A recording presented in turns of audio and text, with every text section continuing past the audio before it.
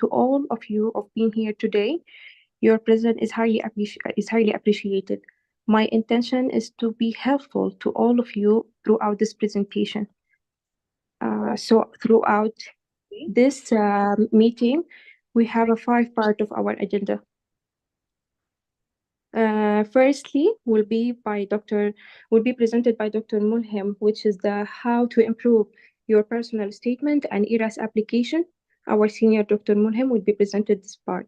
Then, research question will be presented by Dr. Daralnaem and Dr. Ayman, and then healthy aging topic will be presented by Dr. Mustafa and Dr. Lina. Then how to update your profile in LinkedIn will be presented by our senior Dr. Hoyam Omar. And then how to write an abstract will be presented by me and Dr. Dalia. So thank you for all. Thank you once again for your presence, and we look forward to a productive and informative session to you today. So we're going to start by how to improve your personal statement and ERAS application. Dr. Mulham, are you here? Are you Hello, available? I'm here. Hello. Thank you. Assalamu alaikum, Dr. Nader, and assalamu alaikum, everyone. I am Mulham Ombada. I was fortunate to be part of this group as the first batch, and I'll just introduce myself real quick and then start with the topic. So my background goes back into graduating from Khartoum College of Medical Science in Sudan back in 2016. Following that, I did have about a year of residency training in Sudan. Following that, being transitioning to Saudi Arabia, where I had also a very similar experience of residency training, and transitioning to the US, where I was a teacher at Kaplan Institution before transitioning into residency. And currently, I'm in my last few months before transitioning to fellowship. And I was fortunate to be part of this batch I just said earlier. So I believe that we're all going to make it, and we all work as a group, and we should always try to give back when we can. And it's something that Dr. Nader amplifies or exemplifies to the best, really. So thank you for the opportunity, Dr. Nader, to be here and to always support us. And we try to always be supportive as well for our colleagues. That being said, I think that there's a lot of things that are important. One thing is for IMGs, we're unfortunate not to have is mentoring. So that's something that's more available towards American grads. They do have a mentor that's designated from year one, and they keep on having the same mentor for about 3 years.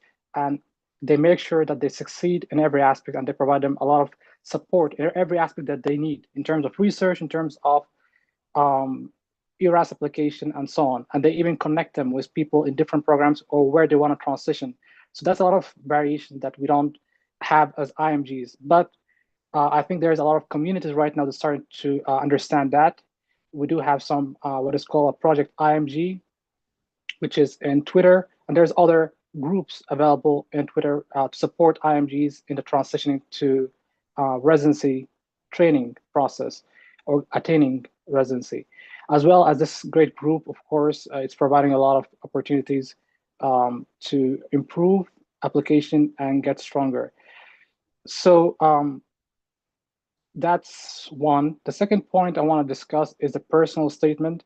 So before even that, it's important to remember that our CVs are just a start. Whatever we're doing is just preparing the CV so that somebody is reading it. It should be prepared in a professional manner. Our choice of words should be very clear. It should be written in, for instance, if you're writing about a certain form of work that you did, it should say your duties. I did 1, 2, or 3 things. And who's your supervisor? They always look for the supervisor. If it is in the US, then that's something that is important to mention. That's in terms of the main thing in terms of your CV. But then again, there are things which are crucial to remember. That's the personal statement and the letter of recommendation. So personal statements is your story. So you're telling your story in the best way you can, where you grow up, and the things that made a factor in who you are and what are your goals and such. And you can add some cases in those transition. I'll explain in more details what are the classic things that we usually do in personal statements to have the best personal statement. And also it's at the level of university and community programs, the programs we're going to apply to. So you need to be at least at the same level of every applicant or even higher. So to have that, you need to know what's the trend, and that trend keeps on changing. So recently in the last year or so, everyone's using AI. I'm not opposing against AI, but I would say be careful while you're using it, because it's going to give you a generic information based on what you write there. So if you're going to use AI, make sure you have a bit more details mentioned. So the benefits of AI you use for writing your personal statement, it's going to be something that's less professional, but you can also add that aspect with the addition of some parts like mentioning for instance, the main divisions, and you can add the story into it. For instance, if we have 5 paragraphs, usually most people write 5 paragraphs. Oh, sorry. I don't have a template. I'm just speaking from my memory. I do apologize about that. But I will share maybe something later on. But yeah, I'll probably share something later on with Dr. Nada, and it will be hopefully helpful to everyone. So the most important part in terms of the personal statements, we have like about 5 things, which is the 5 paragraphs. The first paragraph is you're introducing yourself and you're mentioning where you come from, and usually it should be something that's interesting at the first paragraph. It's just a short brief, who you are as in such. The second paragraph, it's more of a case, something that resonates with you, and you're trying to mention what you learn from such a case. That's important. And usually it should be something that you have encountered as a medical student, which made you more interested in the field of, for instance, if you're applying to internal medicine, it should be towards that field. And the third paragraph is something similar, but it's more in your clinical practice. Most of us had some intern year at least, or residency training or such. So you can mention another experience which made a difference or a factor in your life, and what have you learned? And that's something that you can write in the last sentence. The fourth paragraph, it could be something similar where you could mention certain experiences that you had in terms of research, for instance, the tele-geriatric and its impact in your research life. And the last paragraph, what type of program you're looking for, and be careful with that, because if you say you're interested in a university program at the end, or a program that provides you with research and such, those are more towards university programs and not community. So community programs won't offer you interviews based on those sentences. So definitely programs look at it. And one of the things that programs first look for applicants is, number one, their scores. So that's part of their screening. When they look at your application, mostly they're looking towards a personal statement to see something interesting, which differentiates you from yourself and the other applicant. And then they're looking towards who's supporting you, and those are the letter recommendations. So it does make a difference, the letter recommendation. Like if you have a name that's a big figure in the US, definitely that's important. If it's someone who's a faculty in a certain program, they definitely would know the name, so they would probably offer you an interview based on the name of the professor or the faculty who's there. So those are the things you need to remember in terms of your personal statement, but you can add that to the AI so that it can adjust those sentences, but you can add a story to it. And making sure that you mention the ending should include certain things, which is the morals or the things you learn from such an experience. And when you're applying to programs, remember that there's variation between university and community programs, which is, for instance, university programs are more towards research, and community more towards getting you the training needed so that you can become, for instance, in internal medicine, you're going to be a great primary care physician or a hospitalist, but they don't focus on extra stuff because they don't have the specialties. Mostly patients who are very critical, they're transferred to other facilities that they have level 1 trauma or more specialized level of care, which is more provided in university programs. So that's something to remember. So your application should be prepared in a way like you can change certain aspects, the personal statement towards university or community programs based on how those things or your preferences of programs overall. And your research is important, especially right now on the trend I have noticed that the trend is changing a bit than what it used to be. When I applied a few years back, it was mostly based on scores first and then research being the last thing, but it's a plus if you have research. Now it's almost everyone is having the scores to a degree because everyone is, it's based right now on pass or fail, step 2 CK, and probably step 1 going to be almost a similar aspect. So then research is going to be an important. So the more you have of research is important. The quality of the research is a bit more on where you submit your research. But if you don't have all that, you can work on at least having the quantity. So if you have the quantity, it means that you have the skill set. So you're telling the programs based on your CV that you're having the skill set needed to become a successful resident. That's what we are doing really in our CVs. We're trying to have the right experiences, the right clinical experiences. So you're going for electives or observerships, letter of recommendations, and such, all to show that you have the right skill set to succeed as a resident. And I can see, yeah, there isn't a specific, I think Dr. Sarah Abbas. So there isn't a specific quantity I would say that they would look for, but every specialty or field, they have certain interests. For instance, if you're going towards a more competitive field like ophthalmology or anesthesia or dermatology, the number of research makes a difference. So for instance, you would need to do over 20. That's what I've been seeing the trends here, especially for an IMG, 20 or more for a very specialized field. But if it is more toward internal medicine, the trend remains to be at 10 probably. So if you're able to do some like 10 or more, it will be helpful. But even if you're able to do at least 2 or 5, that's an improvement. What have you done from this year in comparison to previous year and such? That would make a huge difference and impact in your CV. And also the application overall. You're welcome. And if anyone is having any questions, you can submit in the chat box. Yeah. So all what we're doing in terms of our CVs and URAS application is trying to sell ourselves. So if you're having an opportunity like an observership or externalship or even a contact with a program, to make sure that it's always in a professional manner.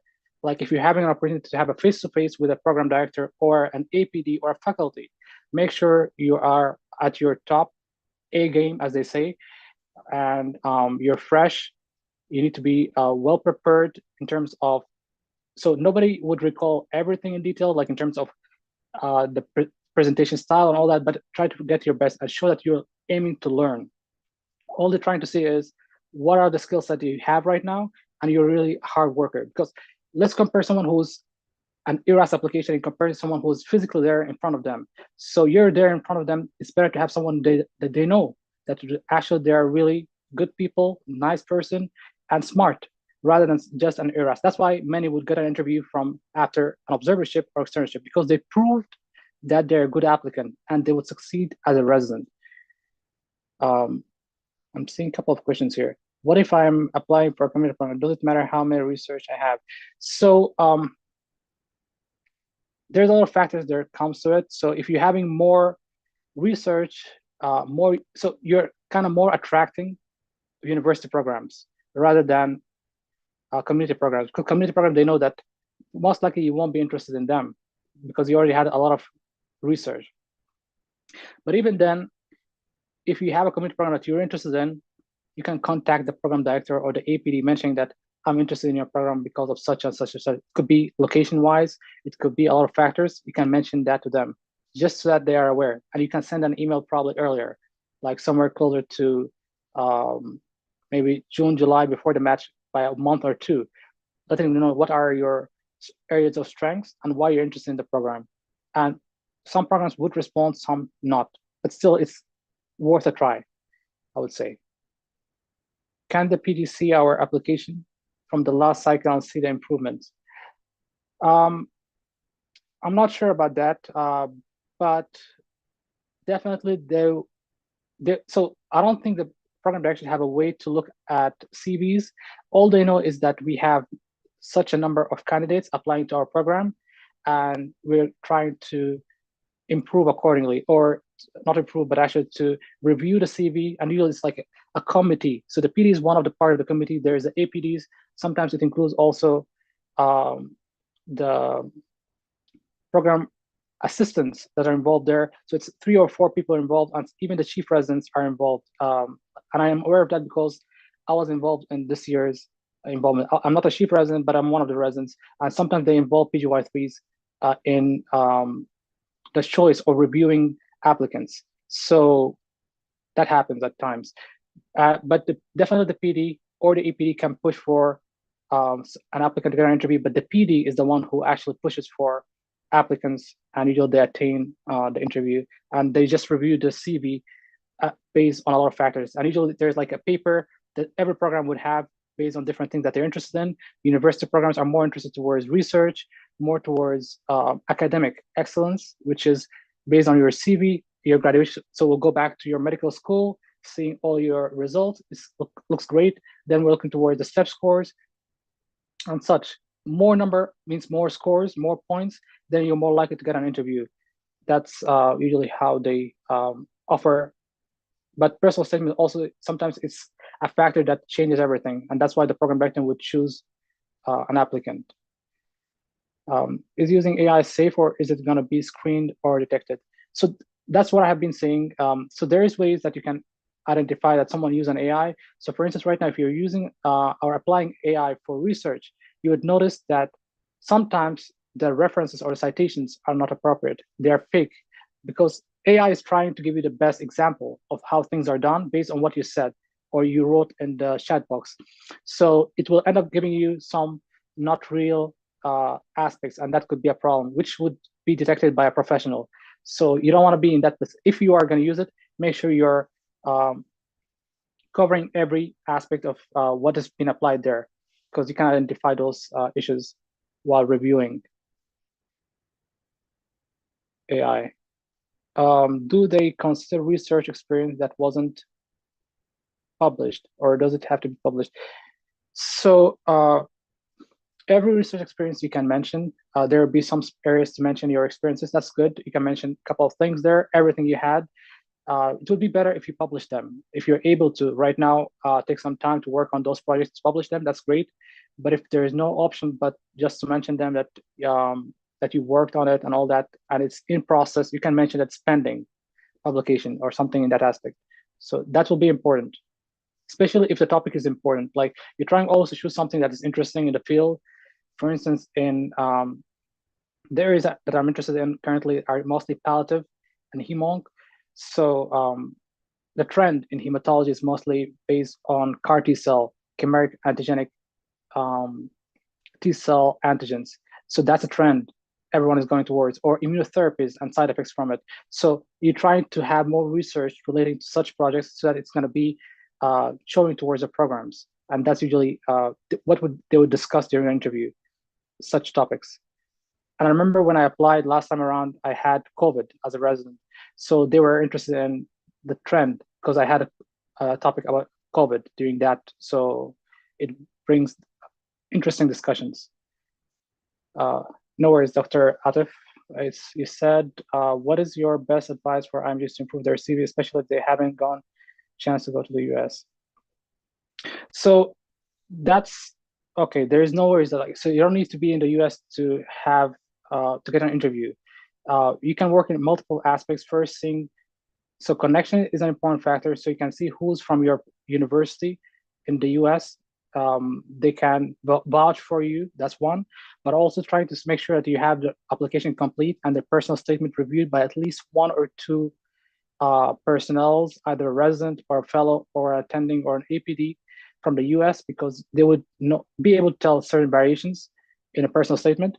Having more people in reviewing your personal statement, like 5 or 6, you would have about 6 opinions. So you can probably have a complete change in your personal statement in that situation. And usually I would prefer not to have multiple people beyond a certain number, just 2 or 3 max.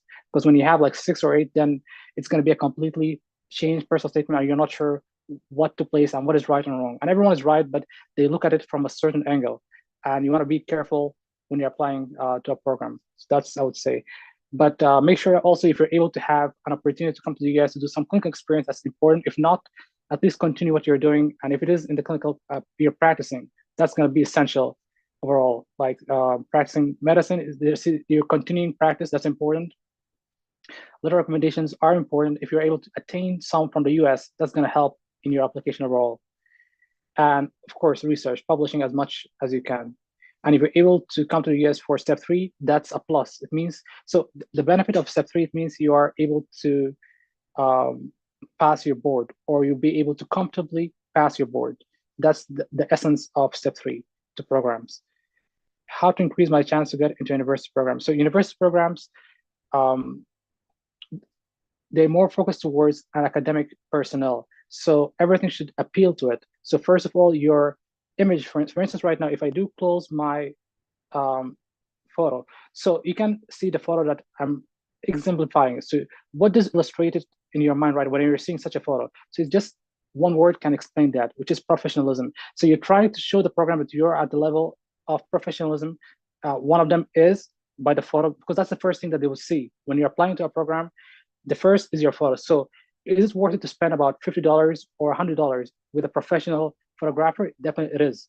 So make sure you invest in a good photo, dress professionally, because you're showing them that you are a professional and you are at the level of a university. So that's one thing. Then every aspect in terms of your CV, that's research and other things that can, mostly it's research, and also the academic excellence would be essential for university programs. Dr. Ali is saying, I didn't do internship and I want to apply for internal medicine. So you could apply for internal medicine. You don't need internship to do that. So you can apply directly if you're having your scores, you're considered to be a young applicant. So there is one factor here. It's in your benefit applying younger, because there's a cutoff, which programs sometimes they deny, but most likely it is there to a degree, which is 5 years, which they usually use for the cutoff. But regardless, programs would initially start with the 5-year cutoff, and then they would look to the applicants as a whole and see how their application they are, and if they are a candidate for a university or a community, and accordingly, they would choose the applicants according to that. So I would say apply if you're completely ready.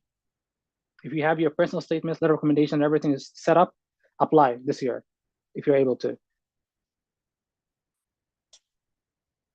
So please, what's your view on tele-rotations? I do think, Dr. Hassan, that tele-rotations is better than nothing. So if you're able to attend yourself in some training, it's better than not having the training, because you're able to talk about it, say that you had a training, at least you were able to visualize what happened in a clinical practice. So that's critical, that's important. So that's better than not having that experience. So I would say if you're not able to attain a physical experience in the United States, at least a tele-rotation would be something to look for. It will something you can speak about, and also you can attain a letter of recommendation at the end, because they'll ask you, what have you done in the tele-rotation? You can say something that I spoke, I gave my opinions, I discussed, I presented, for instance, if you had the opportunity, I presented, and the discussion, I shared my differential diagnosis and the management plan, which is what we do as residents in residency. So definitely, I would recommend that if that's the only option you have. Dr. Parbeej, last year, I got only a couple of interviews despite of good CV. How can I increase my chance of more interviews? Interviews, it's a varying factor. Nobody can tell how many interviews you can get. Because every program looks at every applicant in a different aspect. But the best way to improve is trying to see where you are, and in terms of every aspect, in terms of research, in terms of letter recommendation, in terms of your personal statement. You're trying to get it a bit more sharpened.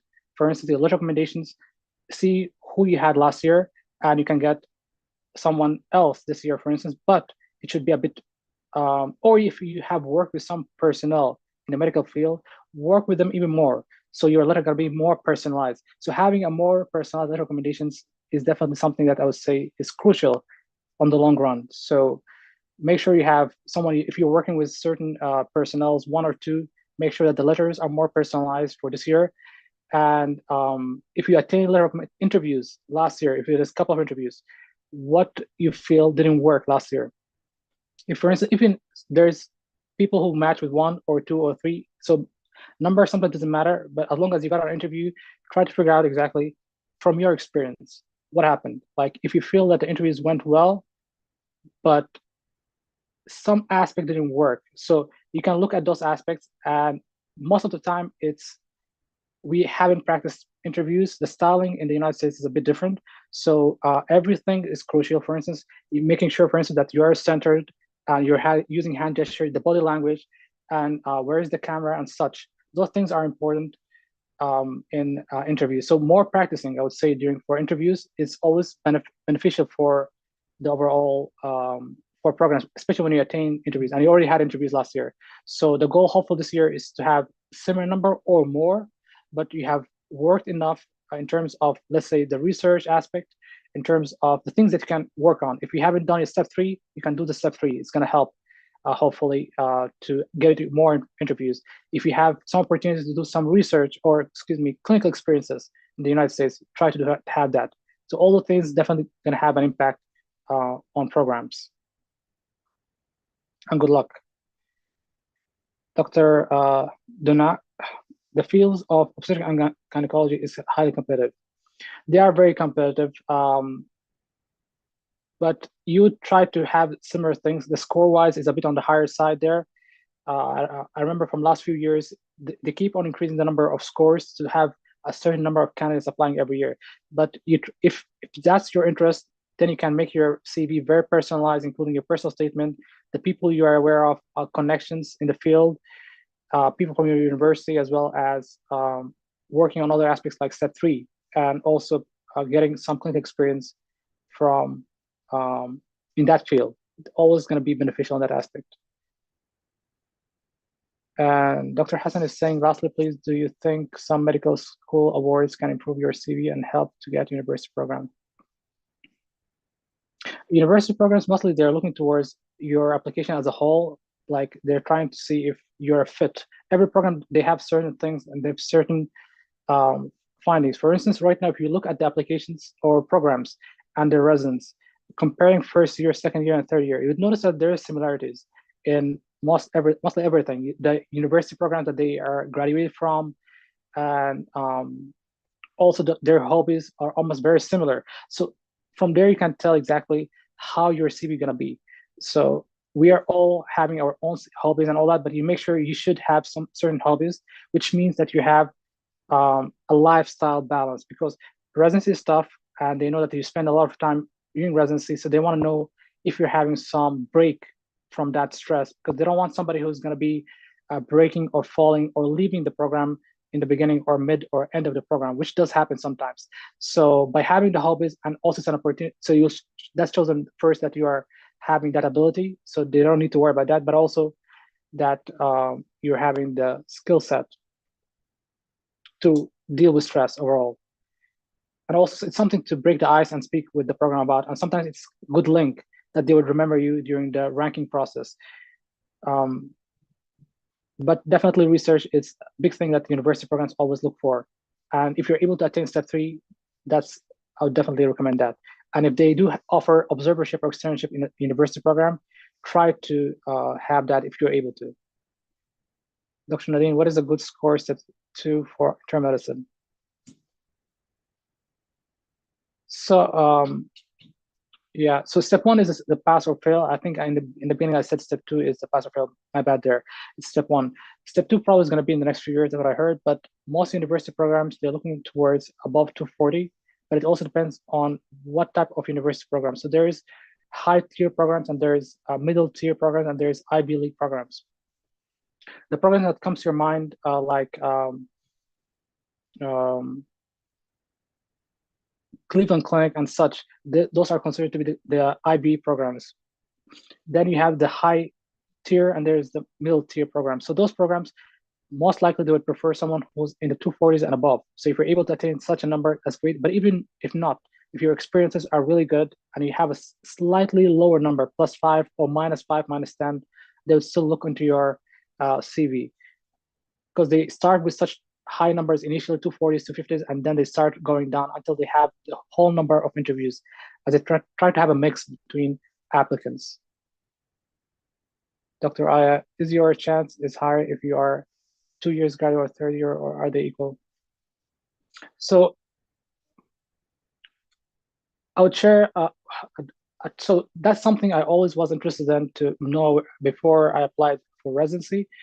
And during residency, I had a discussion with the APD and the PD regarding that, like why are they looking always for an applicant within the 2 or 3 or 5 or so on?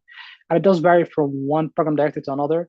So that's just the opinion from one program director. And I think his opinion could be shared by many programs. So why are they looking for applicants within 2 or 3 or 5 years in comparison to sometimes more? So in his opinion, he mentioned that it's just shows that someone, so he doesn't really matter, he disregards age as all, but at the same time he looks towards applicants as if they are showing area of strengths or showing that they are learners, active learners, he would give them a chance. But he needs like a number or an age, a cutoff. So the cutoffs used for almost all programs is based on a lot of things, based on the scores and age.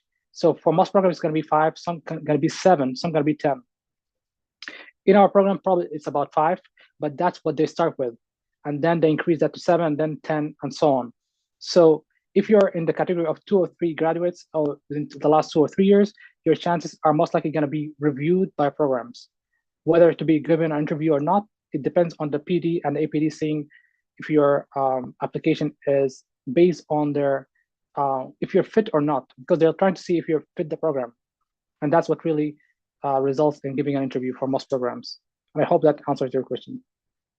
Dr. Mustafa, having a clinical gap of about a year right now, will programs be understanding of this topic concerning the war and everything that's exactly. So if you're able to explain what happened in your personal statement, so you that there is a circumstance that's happening right now, usually they're very understandable. You're sharing your story. That's why that's here the personal statement is going to be very crucial to mention exactly what happened and what are you doing after and what are your goals. So they try to relate and then hopefully they would provide an interview. And I hope that you're safe and your family as well. Dr. Wadidi, is US clinical experience is a must if I'm working abroad as resident without interruption since graduate? Is US clinical experience? It's not a must. So if you're able to, if you're able to, you try to have the experience. It's going to be beneficial for you. It's going to be looking. So the programs are trying to see if you're having experience means that you're more used to the program. That's what they're looking for. So having the experience, having the research experience means that you're having the skill set to succeed as a resident. That's one thing. For instance, if you're having the US clinical experience, what does it mean? It means that you're more aware of the American health system. You're aware of EPIC, which is the common system that we use in most programs. So that's what they do. They want someone who is more familiar to the system. If you're able to, that's great. If not, that's totally okay. How many pages are good for a CV and a personal statement? There isn't really a specific number you're looking for, but I would say for a personal statement, the numbers that we're looking for is a whole page because it needs to look professional and completely in a well-mannered. And probably my guess is going to be somewhere between 550 or 600 to 800 words for the personal statement. For the CV, there isn't specific. You can share all your experiences in detail without focusing on the number of pages. It could be like a 4 pages, and it could be a stellar CV just based on 4 pages, or it could be a 7 or 8 and a stellar application. Dr. Muhammad, appreciate the talk, Dr.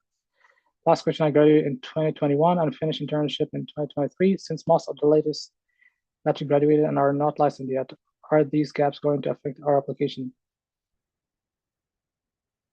It shouldn't. So if it's something that was brought up by a program director, you're gonna mention directly that this is what happened, and they will understand because they're starting to see there's a trend in situations. There's a lot of countries right now. Sudan is one of them, and there's Ukraine. So they're aware of the situation. They're trying to be very understandable and to provide answers. So, but by explaining your situation, they would probably understand that, and probably they would even it will be more resonating with the program after the interview because you shared your story, and most importantly, you're being sincere about what happened. So that's important. Dr. Nadine, does where you do your elective effect. Like I didn't do it in the university program. So in terms of clinical experiences or electives, you're trying to have first what is called an externship. That's the best. Externship means that you're able to work and take a history, examine the patient, and do everything. If you're able to attend such an experience, that's important. That's the best type of clinical experience. If you don't have that, then observership will be something that's beneficial, which is you're observing someone from as a faculty or the staff, which is good as well. If you're not able to, then the tele. So those are the three things that in terms of electives that we do.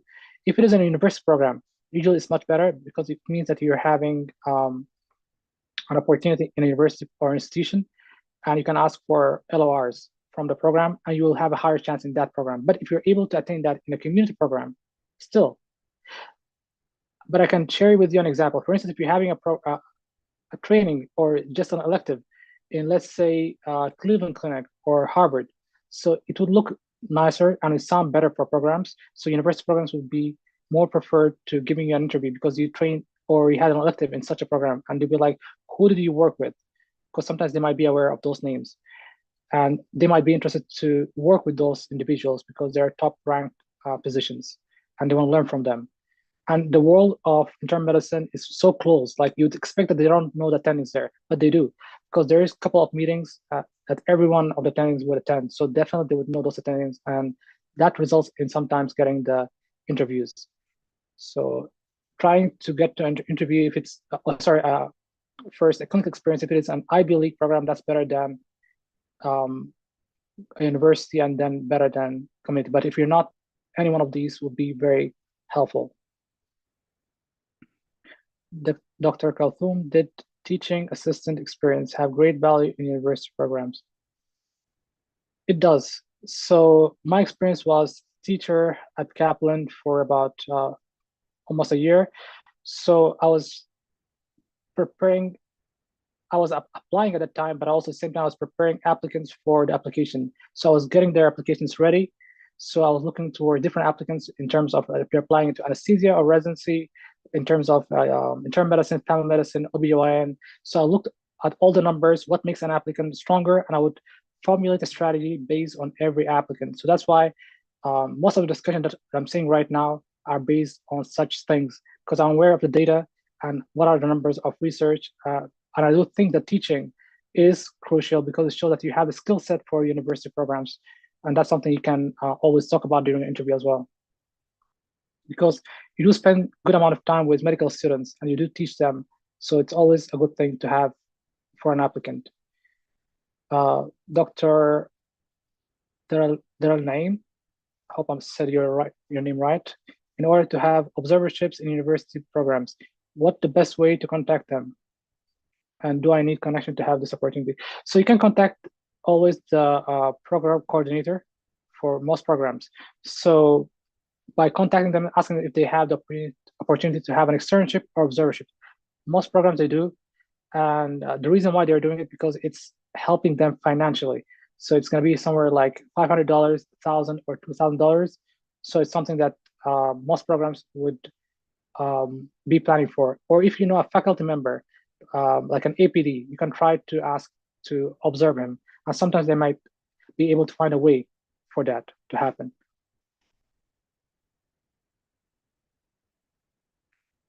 Dr. Randa, is combined internal medicine and pediatric program competitive for IMGs? It is.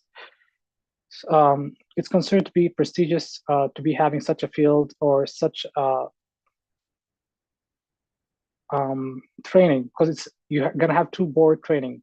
And when usually we're done with internal medicine and pediatric, most of the attendings that I've seen, they end up staying as combined internal medicine and pediatric attendings, but they would choose sometimes peds or internal medicine, and usually they would be added a more faculty or administrative job, which is being an APD. Very commonly, they would be offered that immediately after graduating.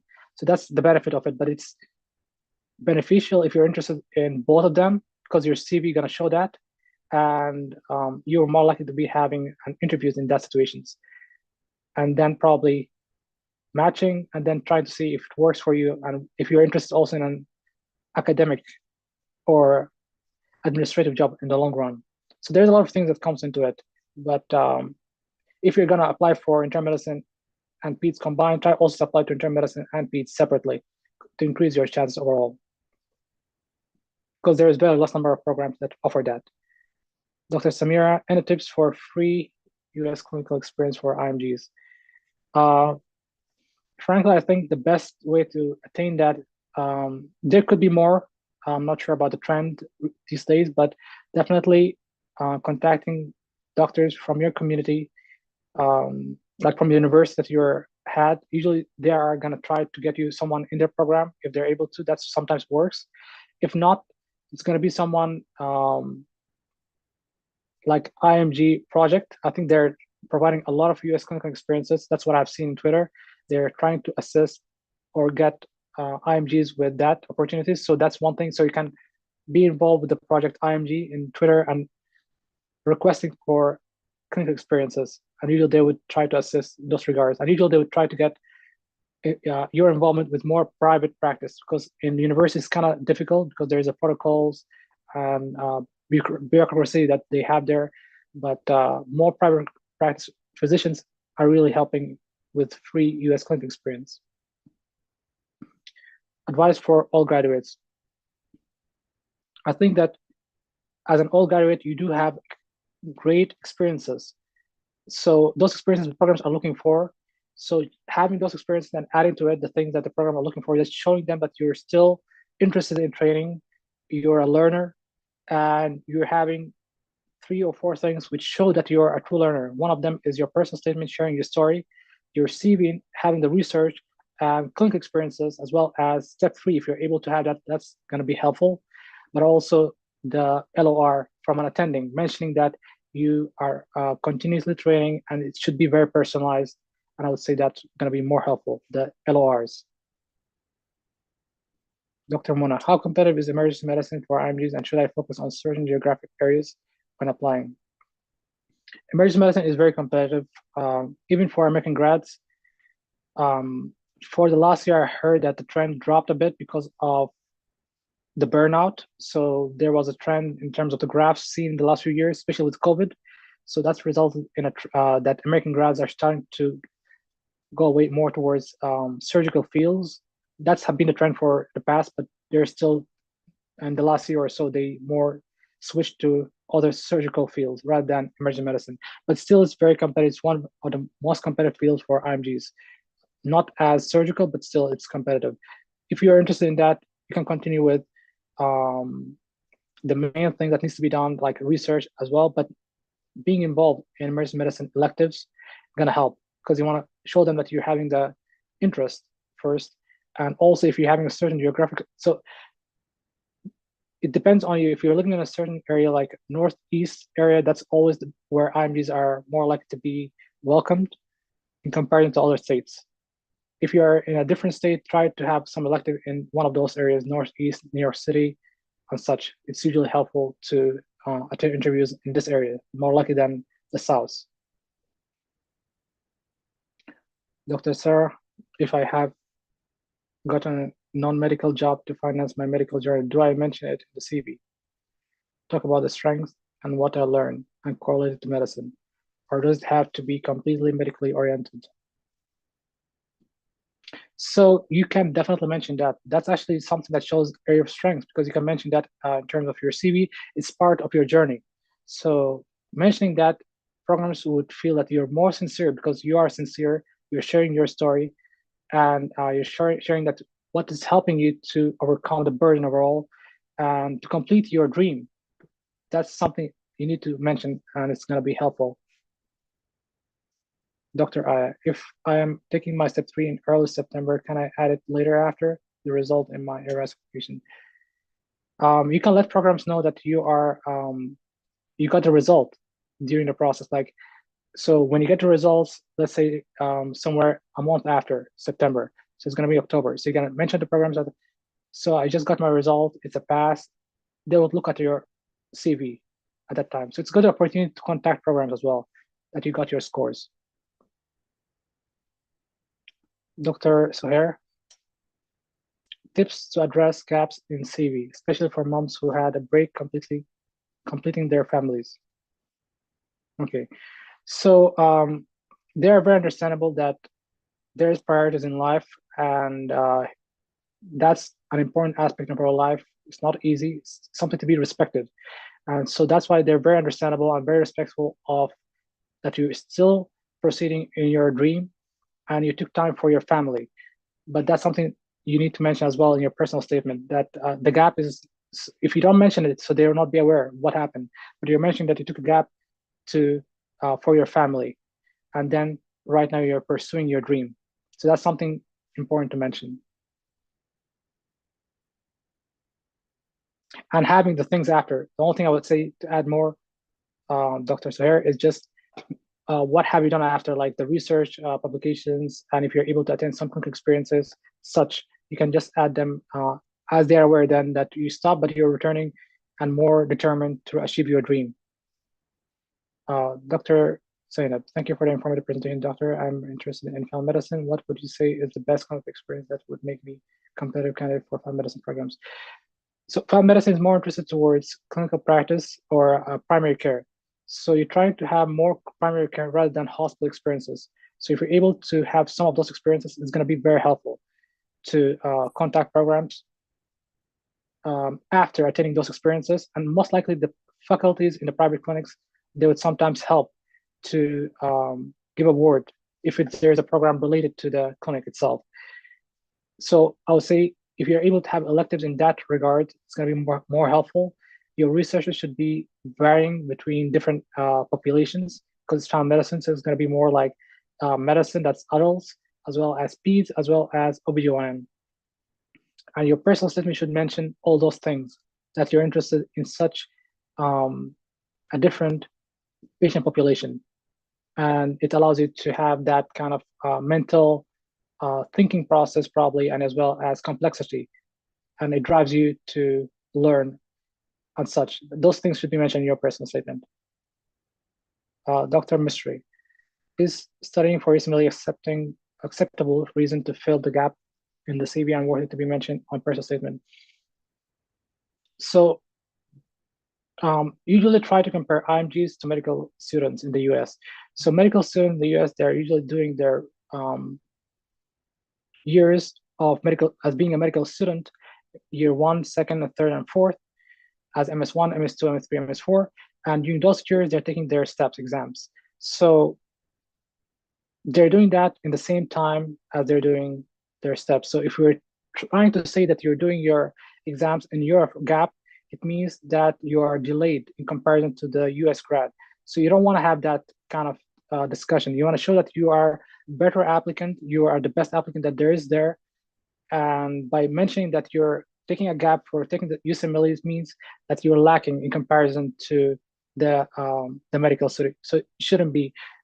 Try to have it in your time as you mentioned the gap, but try to work on other things like research, as well as clinical experiences and such. But don't mention that part, that the gap was based on USMLE score, as it would be taken against you in that situation. Another message from Zoom user: do university programs accept all graduates or only community ones?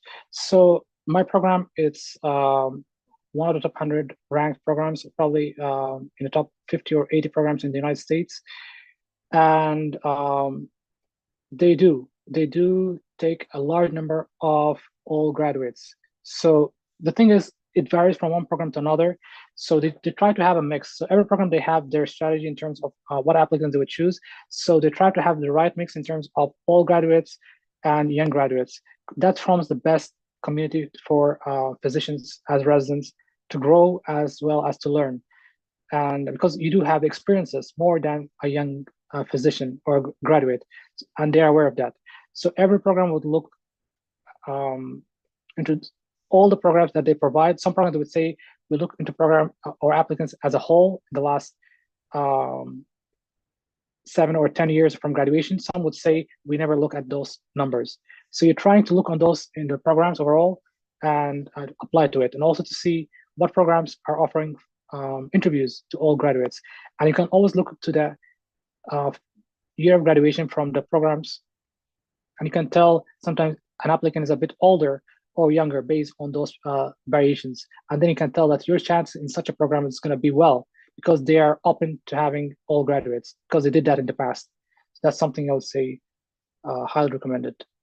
Dr. Dalia, is volunteering in a hospital in the US a bonus in the CB, even if this volunteering work has no big connections to our professional job as a doctor? It depends on the volunteering experience. So for instance, I did have during the COVID time volunteering with Johns Hopkins in the transfusion service or department. So I was there for about some time while I was doing other things. So I tried to have that because it's the name.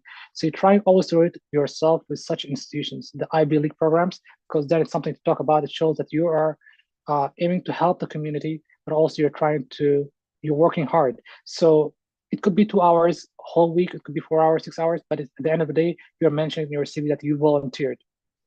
So it's going to be helpful, but also try to relate it to what's your career goal. Like if you're aware that you're interested in hemonc or interested in certain GI, try to relate your volunteering experience in correlation to that. Or if it is internal medicine overall, something in correlation to internal medicine, because it can open doors by meeting some personnel from the department itself, and then you can have more clinical experiences or some other experiences that will be helpful on the long run. Dr. Omar is saying, if I'm applying for the second time, how to address the failure to match last cycle.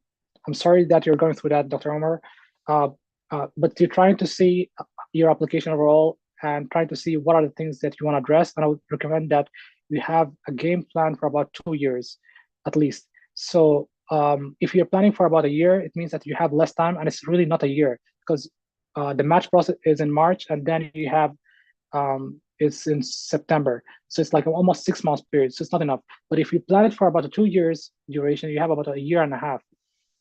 In that situation, you can change your application overall.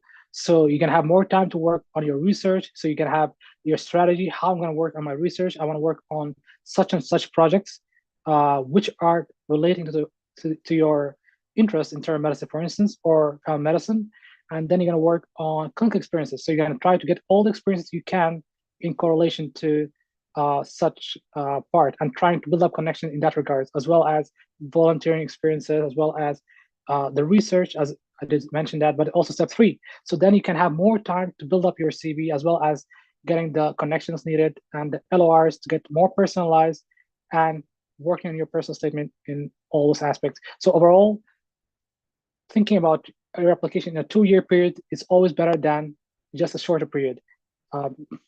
If it works within 6 months, perfect. But if it works even in a 2-year period, that's something, well, most likely it's going to be guaranteed in 2 years because you already worked in such a manner that as if it's going to be in 2 years. So you prepared a strategy plan, and that's something I would highly recommend. And good luck. Dr. Alaa, can I link the gap for language learning? As I took around 2 years to learn German. So programs, they look at things in terms of stories. So the first thing that they would come if they provide an interview is, what is the story behind that? Like if you're planning, and I think you're trying to say that you probably were preparing for Germany, transitioning to Germany, and then that's why you were learning Germany. If that's right, so then they'll see that your game plan wasn't the US overall. So that's something against that. You should mention that your dream goal is always to be here in the US and all that. And you can mention that. So the German, I would say, is something that you shouldn't mention, but try to cover the gap by other things. If it's brought up during that, then here being sincere is important, but also sharing a story that what made you change from Germany to the US, like the transition, because that's something big in your dream and your goal to be a physician in the US. So I would say preparing the story is important. And during the interview, it's all about stories. What is your story? Where you came from? And what is your story to become a resident? And every discussion, every answer you are saying, it's a story. So that's something I would highly recommend, which is preparing for your stories. If it is a personal statement, it should be a story like, as well as the CV should be more of a story that starting from medical school until right now. It should all make sense that it's going in the one direction, if possible. Dr. Ibsam, if we need further advices, how could we reach you out? I'll share my email at the end, but it's dr.mulham93@gmail.com. Please feel free, everyone, if you have any questions you didn't address, you can let me know anytime. I'll try to help.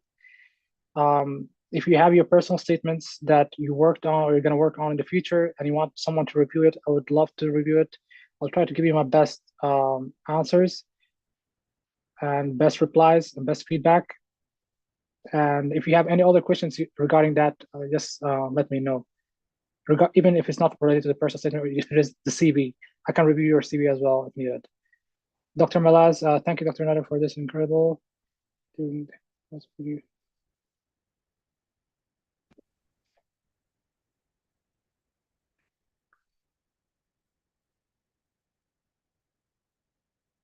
So those are something that's interesting. So you had all those experiences,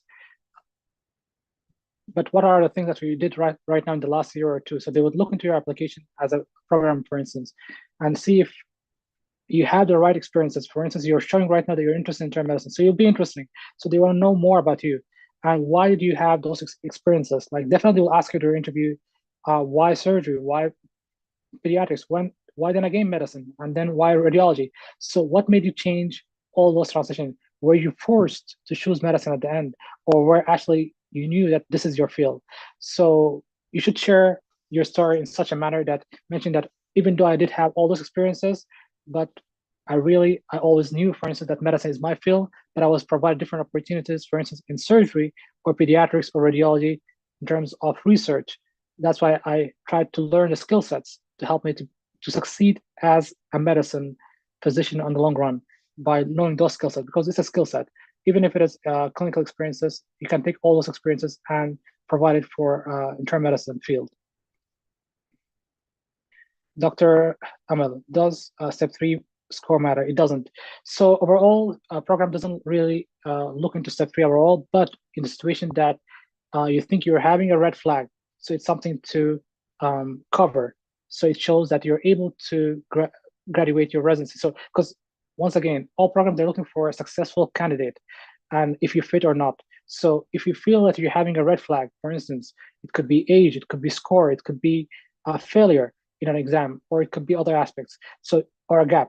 So you're trying to have the step 3 to show that you have the medical knowledge to succeed in such a field, because every field, even internal medicine, it's a challenging field. I'm saying even medicine because when you compare medicine to other surgical fields, it's less competitive, but it's still challenging.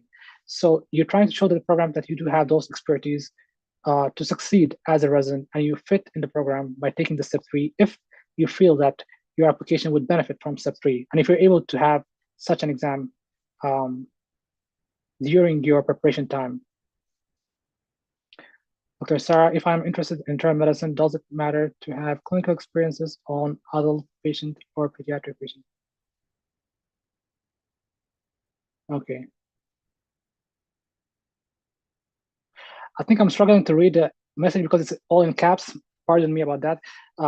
But if I'm interested in internal medicine, does it matter to have clinical experiences on adult pediatric? Yeah, so if you're interested in internal medicine, it's going to be adult patients rather than peds, because if you have more peds patients, it shows more that you're conflicting or more you're interested towards family medicine. And that's the first thing that when we review applications, if somebody's having conflicting applications, we're more towards someone who's more focused on ped or medicine. If someone is having more medicine and peds, then I'm like, okay, but they were persistent in the last few years towards medicine, then that makes sense. So if that happens, that's okay. If you had it in the past, but it should be persistent in internal medicine in the next few years. That if you're asking in that regards, Dr. Rihan, can you please write your email? I will in a second. But I'm just reviewing the message. I think there is a couple of messages. I'm almost there. Lipi, hi, could you? Oh yeah, wow. Okay, it's almost the same. Oh, thank you, Dr. Amar. Appreciate that. Dr. Mohammed. Thank you, everyone. I'll add my email. Please feel free to contact me anytime you need. And I wish you all the best. We're all in this together. And it's a journey, and it's going to be successful. Good luck, everyone. Thank you. Thank you so much, Dr. Mulham, and this is really very helpful, and would love to have you more and more, but thank you so much for your time and very informative session. Thank you for having me, Dr. Nader. Thank you. Wish you all the best. Thank you. Have a great one. Thank you, Dr. Mulham, for this informative session. Best of luck to all match applicants this year. So our second topic will be research questions. Will be presented by Dr. Daralnaem and Dr. Ayman. First part will be presented by Dr. Daralnaem. So Dr. Daralnaem, are you here? Hearing me?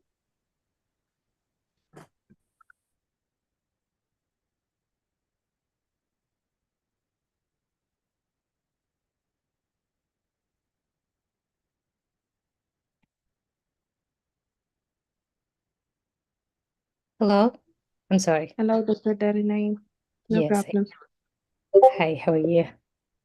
I'm fine. What about you? Good. Yes, I will try to share my screen.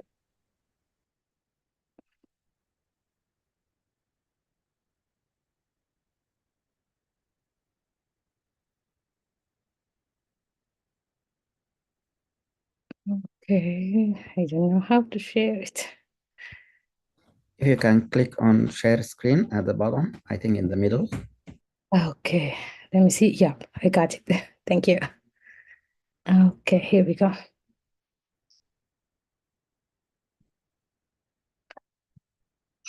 Do you see my screen?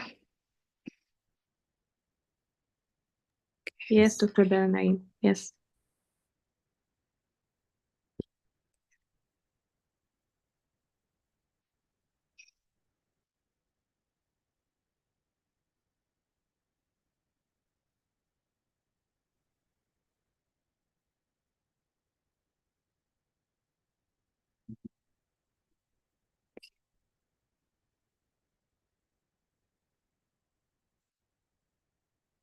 I'm sorry for the delay.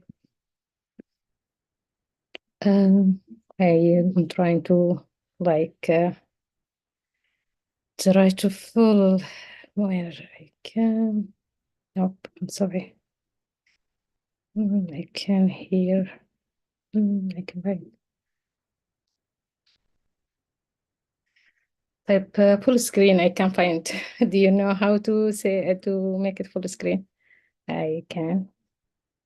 Okay. Okay. Can you see my screen? Like, is it clear? I can proceed like this. Excuse me. I'm sorry. If you click on slideshow, it will show the. I'm sorry. I can't hear you. Click on slideshow. Slideshow near animation, between animation and record. Slideshow. I can hear you. Yeah, but still, if you won't continue like that, we can see it. For me, I can see it actually. Okay, that's good. That's good. We can continue like this. First, I want to introduce myself. I'm Dr. Daralnaem, and you follows. But I have presented before. This is a second presentation. First, I want to thank Dr. Mulham for the presentation. It was useful, and it guided us through the journey. We thank you so much for the tips, and we will follow your tips. Thank you. I'm going to talk today about research question, how to build a research question in order to have good research question. We will start with the definition, what the research question is. So it is like you lightening or you guide yourself through the research. It's the main question that your study sought or is seeking to answer. you need to answer that question through your process of your research. In order to have like a good research question, you need like steps to go through. These steps is like 5 steps. We start like thinking about a topic. It's gonna be like a broad topic. If like I'm thinking about syncope in pediatric patient, as my interesting area is pediatric. So you think about a broad topic, then you start to do the second step. You need to do a preliminary research and learn about your topic issue. Like for me, I'm gonna study and find some research literature and study about the syncope in pediatric or vasovagal syncope. So at the end of after you're doing your preliminary research, you need to narrow down your to a specific niche. So you need to come from that broad question to narrow it to a specific question. Like for me, I wanna have like the effect of vasovagal syncope in like a specific group age, let's say from 9 to 16. Then after that, identify your research problem. After I narrow down my specific to a specific niche, so I'm gonna identify the problem. The problem is for me like the impact of let's say the vasovagal syncope on this age, like from 9 to 16 years old kids. So after that, you're gonna go down and write your research question properly in a clear or right manner. There is, how do you know like that research question is good? Or that's the research question you want to follow? Yeah, this like a tips, or you have to checklist to make sure that your research question is a proper. Focus in its scope. It should be specific, it should be researchable and feasible, it's complex and relevant. So the next slide, I'm gonna talk each one or group of them to make sure like what the meaning of focus, what the meaning of specific and researchable. So the research question should be specific and focused. That's mean research question mean that collective data and observation that you have come together to either confirm or deny the chosen hypothesis in a clear manner. As I said, like my view, I have the impaction of vasovagal syncope in children, like let's say their school performance in 9 to 16 years old, like a specific group of age. So also the research question should be based on literature. That means when you code or you find a good research question must be extended, examined, and verified the context of your research field. It should fit naturally within the literature and can be searchable. You can search it by the other research author. Lastly, that's because we need the feasible, complex, and relevant.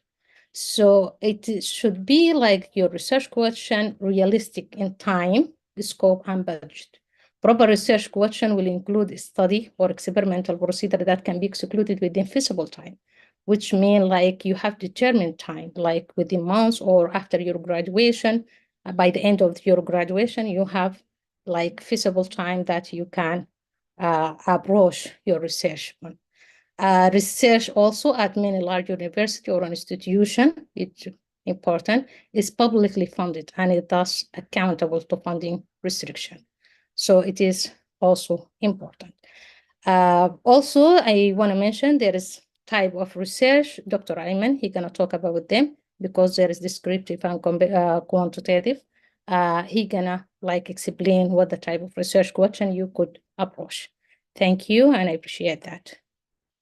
If there is any question, you can ask.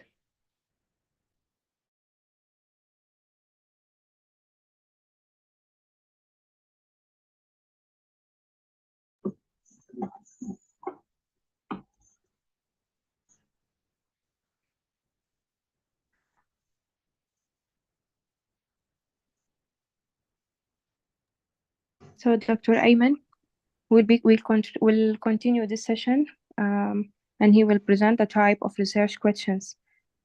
Dr. Ayman, are you hearing me? Yeah. Hi, everyone. You can start. Hi, everyone. Thank you for. I would like to thank Dr. Mulham for his presentation. It's always interesting to hear about the match, and this give us, make us to start to think about the way and what we need to do. Give us that the sense of urgency, and this is always good in the way of match. And also Dr. Nadir for giving us this opportunity. Actually, I'm a surgical applicant, and I know my way is tough, but I'm happy to be here with this enthusiastic team. I'll start sharing my screen, so we continue on the research question topic.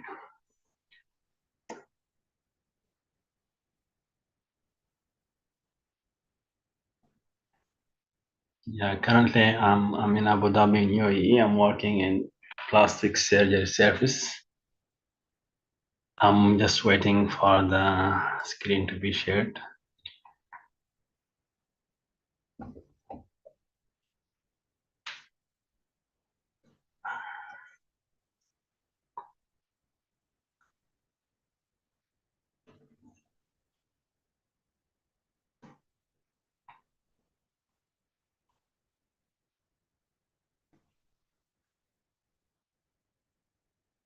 My laptop is a little bit slow, so it's taking time. Sorry for that.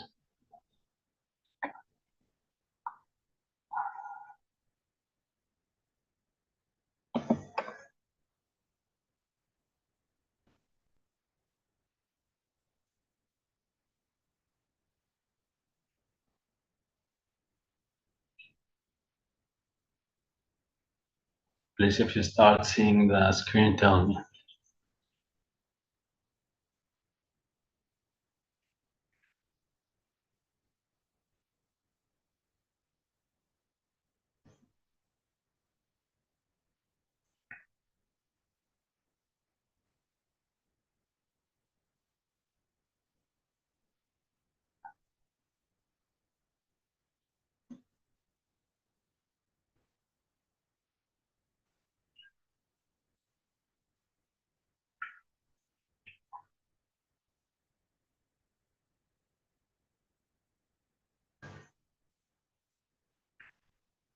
Okay, do you see it?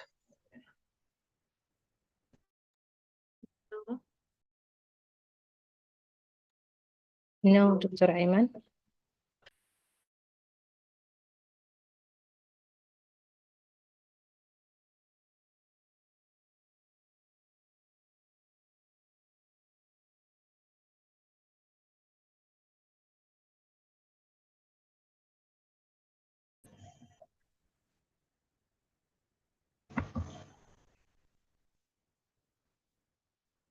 Okay, what about now?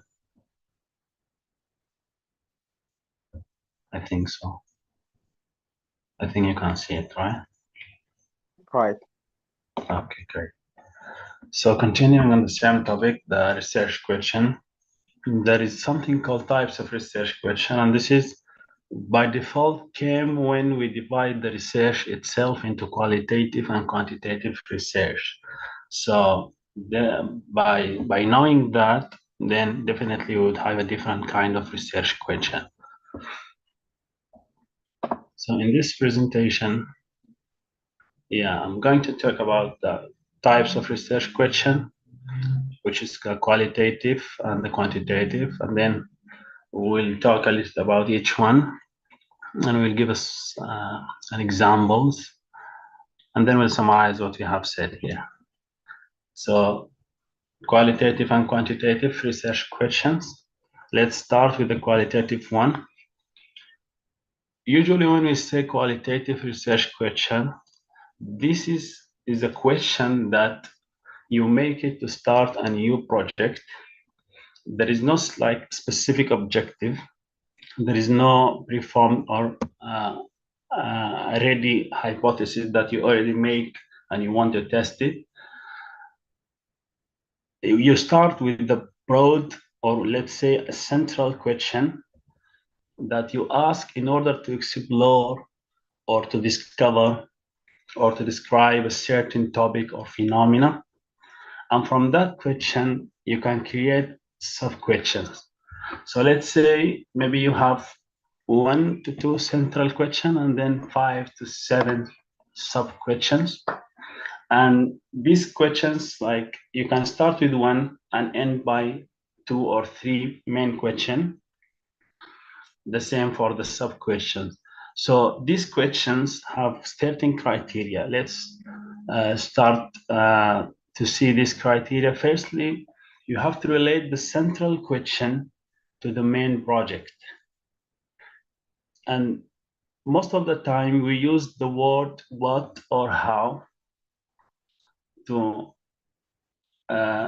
formulate our questions. Like, because these two words are what we want to deliver by these two words is we want to discover what, we want to describe how it happened. And definitely you want to focus by starting a qualitative study, you want to focus on a certain condition or a single phenomena or concept. And as we said, we will use an exploratory verbs because we want to explain, we want to discover, we want to describe. And you have to avoid the words, the directional words, like affect, impact, relate. And actually these two are a major difference between the qualitative and the quantitative research question. So in quantitative research question, we use those kind of directional verbs. And as we said earlier, you have to expect that during the study, you may start with one question, but then you may end with multiple questions or different outcomes. Again, you have to start with the open-ended question, and you have to mention the participants and the research site. Examples. And with examples, I want you to bring all the what we came to know in the previous 2 slides to this example. So what maternal factors are associated with obesity in toddlers? This is an example of qualitative research question. What elements of a peer support intervention prevent suicide in high school females? How would overweight people describe their meal times while dieting? As you can see, it's a broad question, open-ended, and mostly we use the word what or how, and because we want to describe, we want to explain, we want to discover. Sorry, Dr. Ayman, for the interruption. Sorry. But the slides are showing just in the first one. We cannot follow. It is in the first slide, the topic. I'm sorry for that. Dr. Ayman, Yeah. I can try to share yours. Maybe it's gonna work. Can I? Yeah, sorry for that. I have to know that since the beginning. I'm Okay, sorry. now is it okay? Oh, okay. Yeah, let me try to share your screen here. I Yeah. have your presentation here. Yeah. Okay. Let's see. Oh yeah, I think this one. You can see the screen. Yeah. That's the one. It is. But I can't. You can see, or I can't see the borders. I mean, I can see in the middle, but. oh, okay. Maybe there's something wrong. I don't know. Let me see how it look like now. Yeah, that's fine. When I Yeah. I think it's. I'll try again if it doesn't show. Am I right? No. This is the. Can you maybe you can share the updated one because the updated. I think this is Dr. Ayman, I have the updated one. Sorry, Dr. Daralnaem, I can share it with you. okay. Okay, that's good. Thank you. Okay, welcome.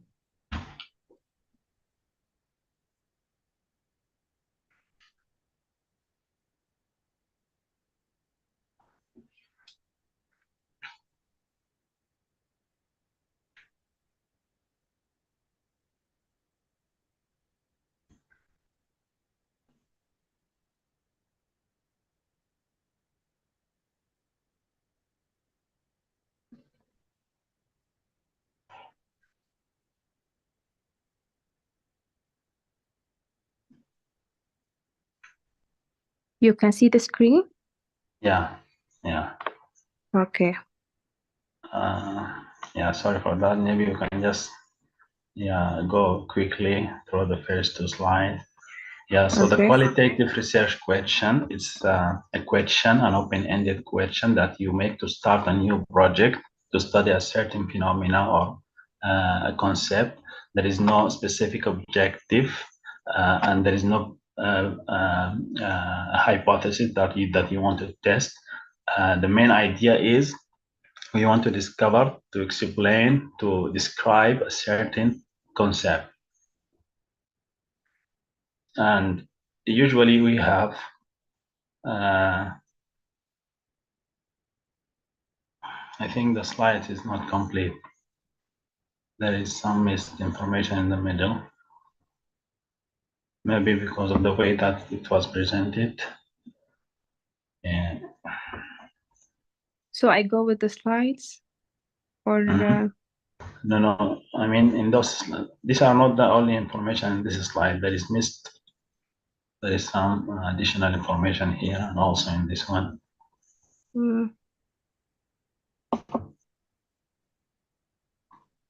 So you can Maybe you can explain from the previous one or with Dr. Daralnaem. Okay. Okay.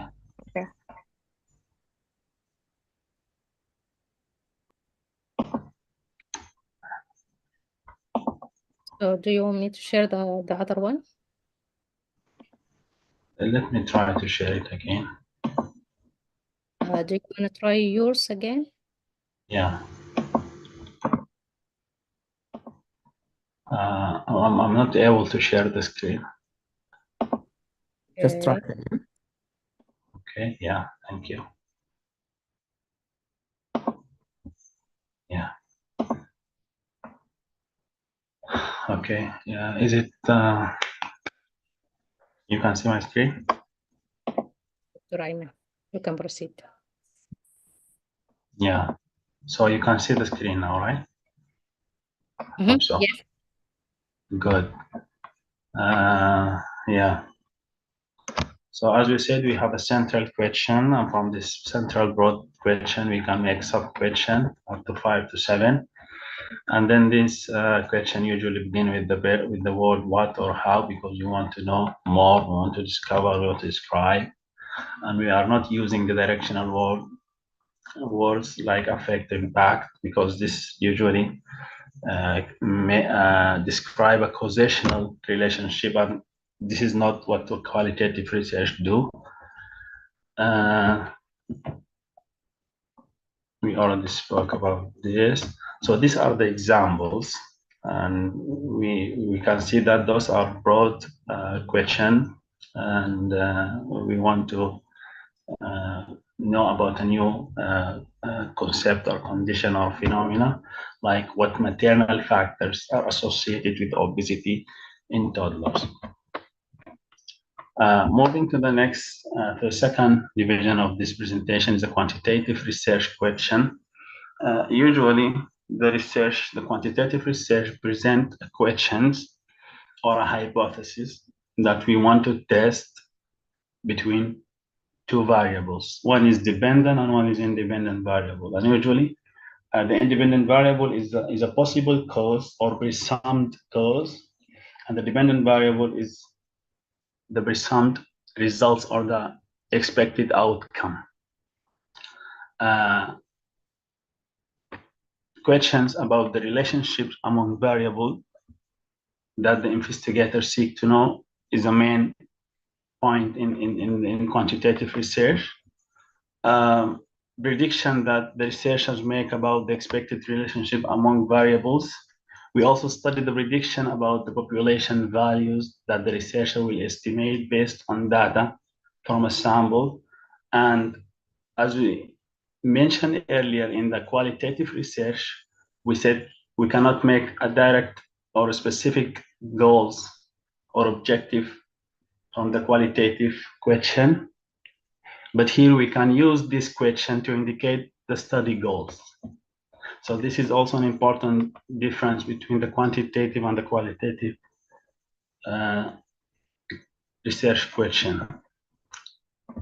So when you come to write a quantitative research question, either you use a direct question or a presumed hypothesis. So you will consider three approaches. Either you want to compare groups, or to relate variables, or to describe responses. And when you start writing the question, you have to specify the question or the hypothesis based on what you want to study. And as we said, there is a variable, there is two variables, dependent and independent variable. You have to specify each one. And in the middle, you can use like demographic information as intervening variables. But another difference here is we are using sharp, consistent words in order to describe those variables, unlike the qualitative questions. Example, and bring the previous two slides into your forefront when you are reading the example of qualitative question, research question. So the question is, does the administration of pain medication at time of surgical incision reduce the need for pain medication 24 hours after surgery? So we can see here we have an independent variable, which is administration of pain medication at time of surgical incision. And the independent variable is reduction in the need of pain medication 24 hours after surgery. You can definitely say there is a clear difference between the structure of the quantitative research, quantitative question, and qualitative questions. I hope that's clear. I mean, we got the difference between the two type of research question. Let's summarize what you have said until now. Suppose you want to make a research and you don't have a specific research question. What you have to do, as Dr. Daralnaem said earlier, you have to narrow down an area of interest. Say you are interested in medicine. You have to specify or to narrow down the interest. Say, for example, you are interested in dementia. What you have to do next is either this question or this topic either has not been addressed before, or there is a chance that you can extend it in a significant way. Once you reach this level, the next step is to dig deep into the literature review. And there is a common mistake that junior researchers do, which they come to the literature review at the end. The literature review will guide you to form a well-structured research question. And this consider the start point also if you think you have a research question. If you have a research question, what is the next step to do is to review the literature. And what you will do is to make sure you read all the relevant papers, and you have to remember the recent publication and studies. After that, when you came with your research question, you have to go through the checklist that Dr. Daralnaem said earlier. Is it relevant, well justified, precise, feasible, original, focus? If it matches all these criteria, then congratulations, you have a research question. And when you present this question to us, when we see that you don't have a hypothesis and you are giving us a broad question that asks for exploration of the central phenomena that may be beginning with the word what or how, using exploratory verbs like discover or describe, then definitely we know that you are conducting a qualitative research study. Or on the other hand, if your research question is based on a hypothesis and you are expecting relationships among variables, or you are comparing between groups, or you are just describing, that means you have an objectives that will be presented clearly, and through the words that you are using, affect, impact, relate, then this is, we can say, a quantitative research question. I hope as much as we can, we make the difference clear between the two types of research question. And if anyone has a question, I'm happy to help. And thank you for this opportunity.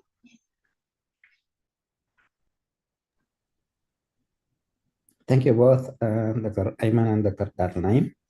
This excellent presentation. Thank you. Any questions? Thank you, boss.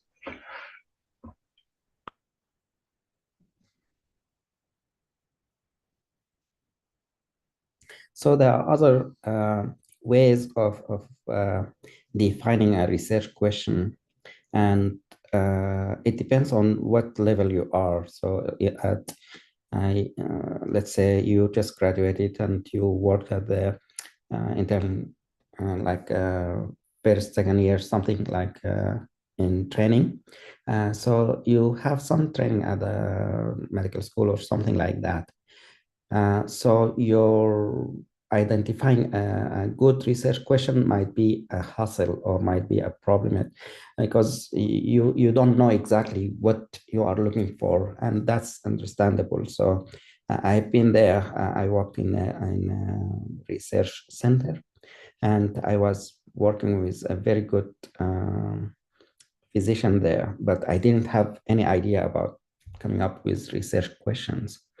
So we understand that. So how can we overcome this hassle or this problem? So one thing you do is you look at the literature or at the recent conferences, the abstracts or any papers. And when you look at them, you may find something interested in the area that you think you will go into. If you already decide the area, Dr. Ayman interested in surgery, so he will have the question most likely in the surgical area. So if you still don't have any specific area of interest, then look around these conferences, abstracts, or papers. And at the end of each abstract, there will be a sentence where they will say, this is still under investigation, or this need further studying. It will open a door. So what happens is when people present in the conference, most likely they present some part of their work, and there is some part left over they are still working on, or they plan to work on, or they don't have the time to start that yet. So your job is to look at the poster or the paper and look at the end of that paper or abstract and see if you can continue from that point, see what they direct the research to, what they indicate they are going after. Or you can look at the abstract and see what area they did not touch. For example, I'm interested in dementia. I go to Alzheimer's conference, and then I found a very interesting abstract. So I look at the abstract and see what kind of studies they did.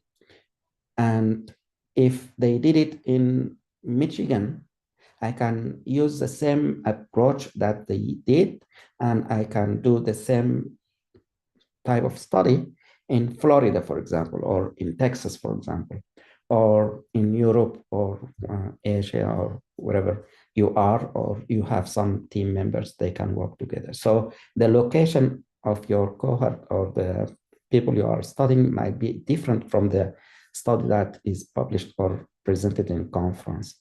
So you don't have to come up with the whole research idea and question and verify things. The way Dr. Daralnaem and Ayman mentioned, it takes steps to reach that goal, but you can step up from what is already there. So you can modify some questions, some abstract idea, depending on what they looked at. Let's say they are looking at data presented from 2015 to 2017 or 19. So you have an opportunity to use the same concept for that title or conference or paper or abstract and see what happened after 2018 or what happened in the time of COVID with the same question. So it's different time zone. So you can also use their research idea, but modify the time period for your study, and you can do that as well. There are different ways of doing a research question, coming up with an idea depending on what other people are doing.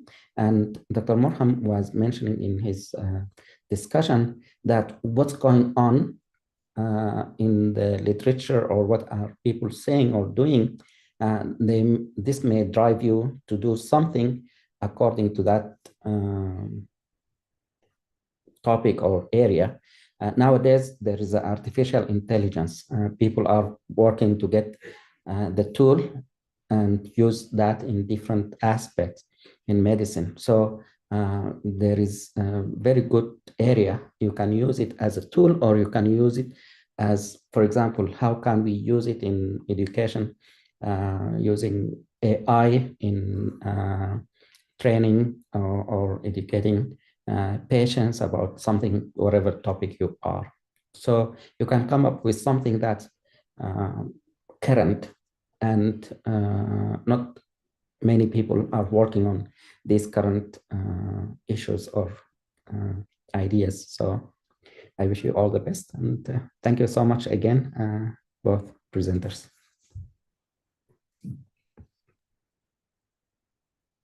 Dr. Nadir, I have a question. So many of us are not, I mean, taking from your how to address a research question. So many of us are not privy to the patient data because we are not currently working in the clinical field. So how to go about that? I mean, how to address this issue or go around that? So you don't have to do a clinical if you are not physically in a facility or an institution where there is an actual patient's records. So in the past, what happened, you go to the university or the hospital and they raise the question, as Ayman was mentioning an example of giving some whatever injection during the incision, and then later on you look at the pain, quality of pain and something like that. So you need to look at the actual chart. In the past, it was paper chart, but nowadays it's electronic. So the data will be at the hospital. So for that, you need to be physically at that hospital, or you will be allowed to look at this chart like the patient records. For this fellowship, this is kind of a little bit difficult. We did it in the past, but you need someone to be at some hospital to look at these records, or using IT to pull up some information from the record. But what I suggest is you don't have to go through the clinical aspect of a research question. Just take the idea, and when you are in first year, second year, then apply that concept, or this the way Dr. Daralnaem and Ayman mentioned, when you are in a place where you have the opportunity to do the research work, we want you to know how to. But if you want to start right now, you are, let's say, in Egypt or here in the US, but you don't have affiliation with the hospital, what you can do, you can come up with something that people are doing remotely. You don't have to be physically in a place. One option is to look at the NAPREP conference. It's the North America Primary Care Physician Association or something. They come together, they have a meeting every year, and they present what is happening in primary care. And for that, you can come up with different ideas that you don't have to involve patient or patient records.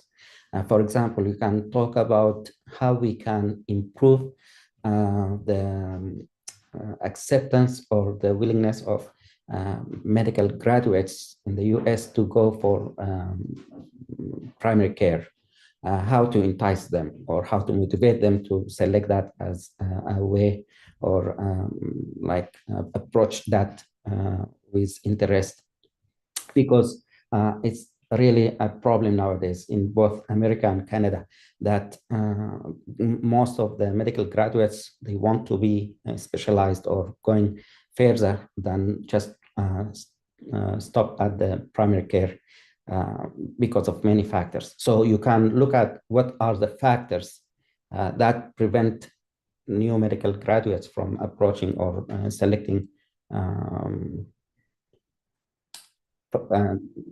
primary care, family medicine, or internal medicine, or something like that. Why don't they select geriatric as their option down the road? So we can identify areas that we can work on in the future, something like that. This doesn't need you to be physically in an institution or hospital, or you look at medical records, if that makes sense.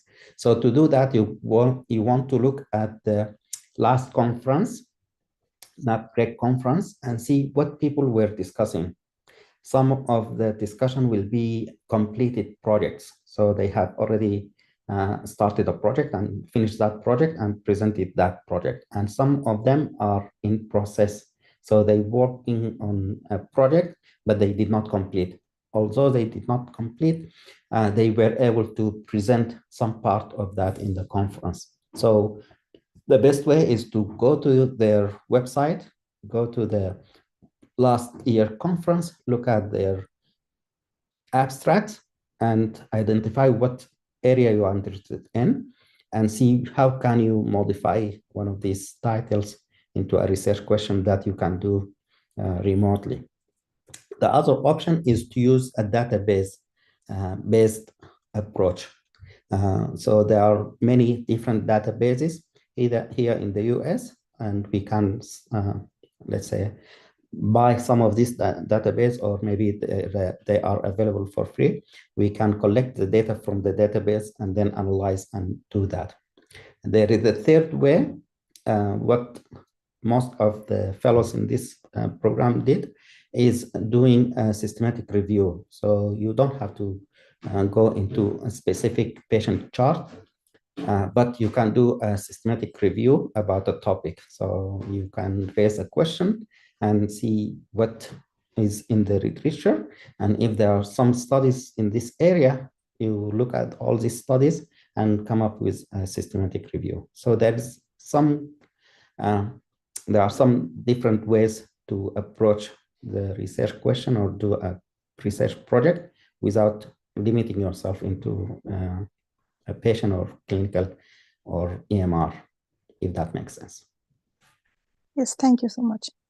Thank you. Thank you, Dr. Nader, for this great information. Also, thank you, Dr. Daralnaem and Dr. Ayman, for this informative presentation. So our third topic will be healthy aging. The presenter, Dr. Mustafa and Dr. Lina. First part will be presented by Dr. Mustafa. So, Dr. Mustafa, are you ready? Hello, everyone. My name is Mustafa Lamin, MBBS, graduated from Alaa University. So now I will try to share my screen.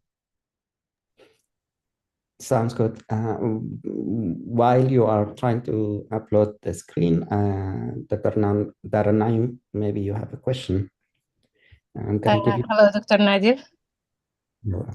Yes, just since you mentioned like systemic review, because like I'm thinking to do like some systemic review, but I don't know tips or guidance. If you could like mention someone of the group, if they have an experience or something that they can give me tips or guide. So if I plan to do like systemic review, I can use their tips and guide. I would appreciate it. Sounds good. So I'll get back with you, give you some, actually, maybe Dr. Amal, or let's see who's here from the senior. So what you can do is you can get in touch with Dr. Amal Al-Amin, or what you can do is you can look at what we published in the past, like some conferences we participate with some abstracts. So you can look at the seniors from that abstract, and then you can get in touch with any of them as far as how to do the systematic review. And depending on what's your interest, what area you want to go, we can refine your question, and then we can help you establish or start a new project. In the future, we will talk about how to do the steps as far as how to start a systematic review step by step and how to do that. Thank you. Dr. Mustafa and Lina, go ahead when you're ready. Thank you, Dr. Nadir. Okay. So you can see the screen, right? Yes. Okay. So today we will talk about healthy aging, me, Mustafa Al-Amin, and Dr. Lina Ahmed. So let's start.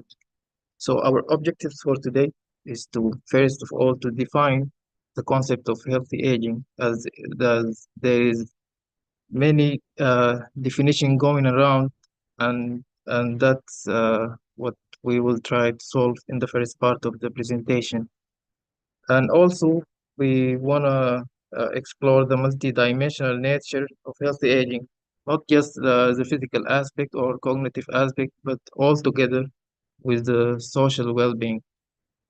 And also, we want to define the goals of healthy aging according to the patients or older adults, and also according to healthcare providers. And also, we want to define the role of uh, geriatrician in the context of healthy aging, and uh, and also answer the question for the what is the future for aging, as it's aging is a young field, relatively young. So what is the future for aging generally?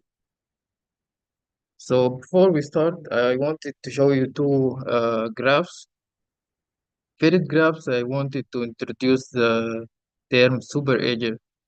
If we look to these two MRI scans, we can see 84-year-old cognitively normal. He doesn't have any pathological diseases like Alzheimer's disease or any sort of dementia. But we can see the green area as it is an area of cognitive decline, or he have some sort of brain atrophy or whatever. But what we wanna show is the green area is the area is malfunctioning. If we look and on the right, we can see the 85-year-old. He's a super aged. Uh, he have the brain of 55-year-old, so he is like 3 decades younger. So I just wanted to introduce the term of super aged. So he is someone whose brain is super. So next, so we have here the super aged on the right. of the demographic of older adults. And on the left, we have the functionally impaired or in poor health or cognitively declined.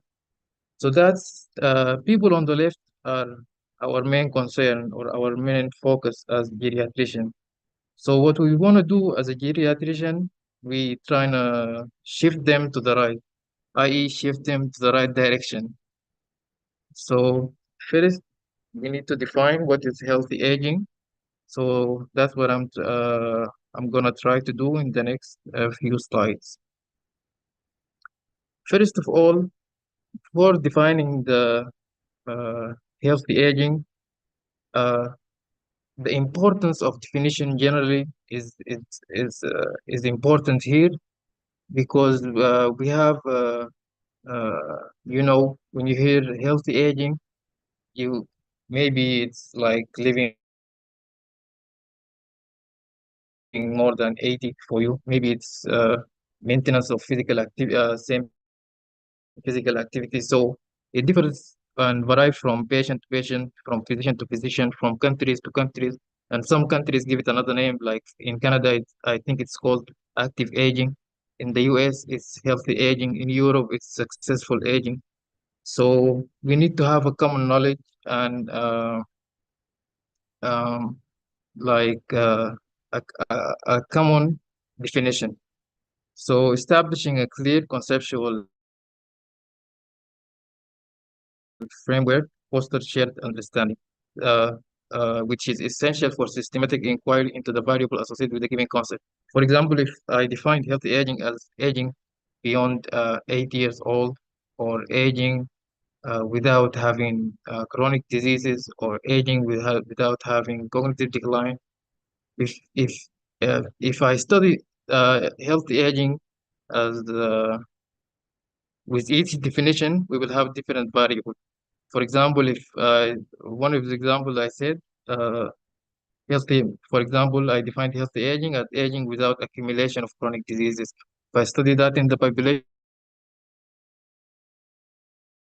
for example, I got 10% of the population that are healthy agers. But if I defined it as a, for example, healthy aging is aging without cognitive decline, I might have another prevalence. I might have 20% of healthy agers. So we need to have some sort of common definition. Uh, so we will have the similar result and we can study those healthy agers better. So is it just longevity? Is it just living beyond 80 years or 100 years? Is that what healthy aging means? Or is it physicality and mobility? I mean, physicality and mobility is the main concern for people getting old, as mobility is like it's the main sort of uh, or it's the main concern because it leads to dependence on relatives or nurses. Also, it leads to most complication related to aging, like recurrent falls. You will have memory and etc. And the list can go on. So, is it just mobility and maintaining the same physicality that you used to have when you were young? Or it's just the maintenance of cognitive ability? For me personally, that's my main concern. So as I said, it differs from person to person. So maintenance of cognitive ability is a main concern for many people getting old. But is it the true definition of healthy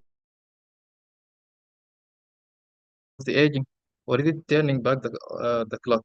I mean, uh, it, a plastic surgeon might define it that way, turning back the clock. But I don't think it's the right definition of healthy aging. So I have this example here, and also this quote that say it's not about just living to an old age, but rather living to that age without significant disability, without like accumulation of chronic disease, without uh, cognitive decline or severe cognitive decline. So if we see this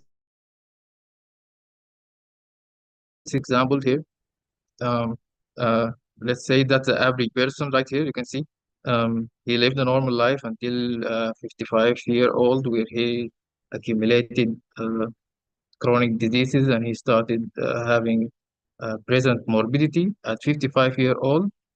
And then the morbidity started to accelerate until he died at 76 year old. So that's a total of 21 years of suffering. So if healthy aging is just merely the increase life extension or increase life expectancy, let's see, the same, that's a different person, but he accumulated chronic diseases and developed present morbidity at the same age, so no difference at the onset of present morbidity. They both are the 55-year-old, but he lived until 80. To me personally, I think that just merely increasing the years of suffering. So he started having morbidity at 55, 80, that's 25 years of suffering. I think the first patient had a better life. Also, you should notice that the morbidity increased with age. As this person, the suffering, he reached suffering levels the first one didn't reach. Or is it just shifting this graph to the right, as we see uh, this patient accumulated disease at 60 years old, and he lived until 81. So we have the same years of suffering. He have 21 years of suffering, but the only change that instead of developing it at 55-year-old, he developed it at 60 years old. So it's a good thing delaying the morbidities, but it's the same years of suffering for me. And lastly, and I think this one is the perfect one, is it compression? And it is compression of morbidity. So we see here he accumulated chronic diseases and had the present morbidity at the age of 56. So that's plus 10 years of healthy life. And he lived until 78. Not that much of shifting to the right, but I think the years of suffering is just 13 years of morbidities. So I think it's a mixture of these things, increase life extension and shifting the graph to the right, and also, and most importantly, compression of morbidities and disabilities and cognitive decline.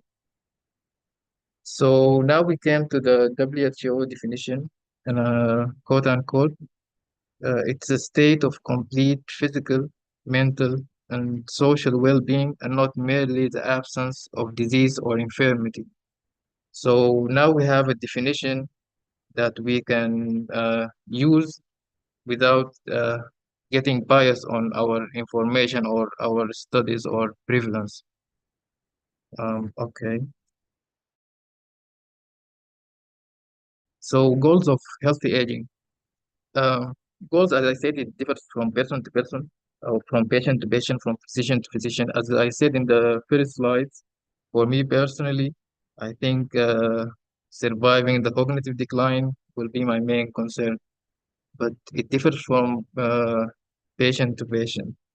Some patients just want to postpone retirement, or like the average retirement age in the US is 65. Some want it to be 75. They want to be healthy age to postpone their retirement. Some want it to improve quality of life. You know, some just want to live until 100 years. They want to see their grandson and etc. And some worry about the money aspect of it, like they want to reduce hospital admission and healthcare expenses. And the list can go on. So there is interesting study here that studied healthy aging according to older adults' perspective. So instead of our perspective, our biomedical perspective, They studied what the older adults themselves want from healthy aging.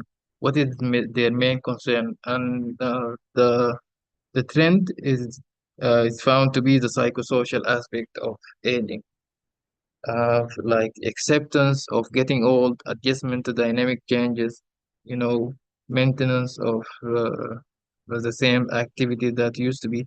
And the last trend is found to be environmental and finance.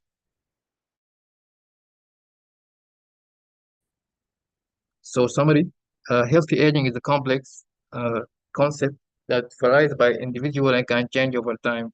As we discussed, uh, when you hear the concept or the word healthy aging, you might think something else, but it's a complex matter. So that's why I emphasized on the the definition. And also goals depend on perspective, as we discussed. As I said, personally, cognitive decline is my main concern. It could be something else for you. And the perspective of older adults often differs from the traditional biomedical model.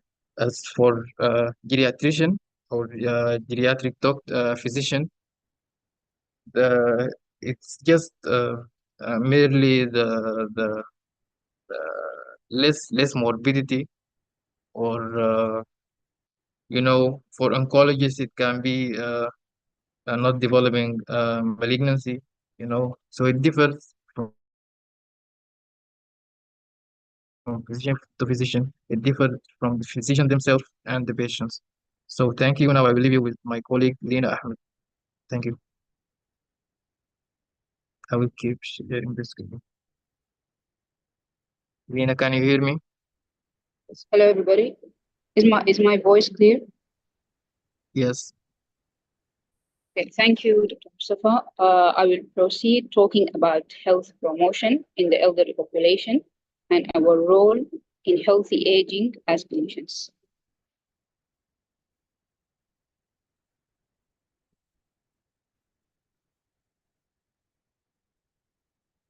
So, the WHO defines health promotion as a process of enabling people to increase control over health and its determinants, so as to improve their health. But the questions that comes to many minds does that really work?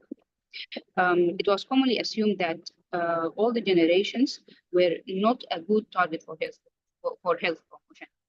And it was thought it's too late to change their lifestyles. And it's really meant for the young population to prevent the development of disease as they get old. But it's better late than never.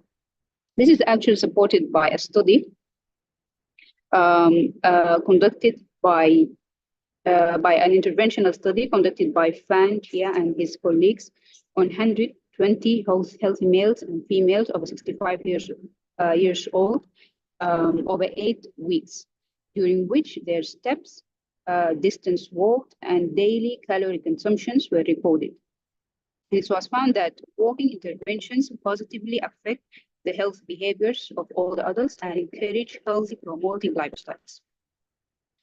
So this is achieved mainly through the levels of prevention models, the all that we are all familiar with, the primary, secondary, and tertiary, targeting the social, cognitive, and physical domains, and with the following of the US Preventive Service Task Force guidelines. Through doing age-appropriate cancer screening for alcohol use, obesity, and osteoporosis.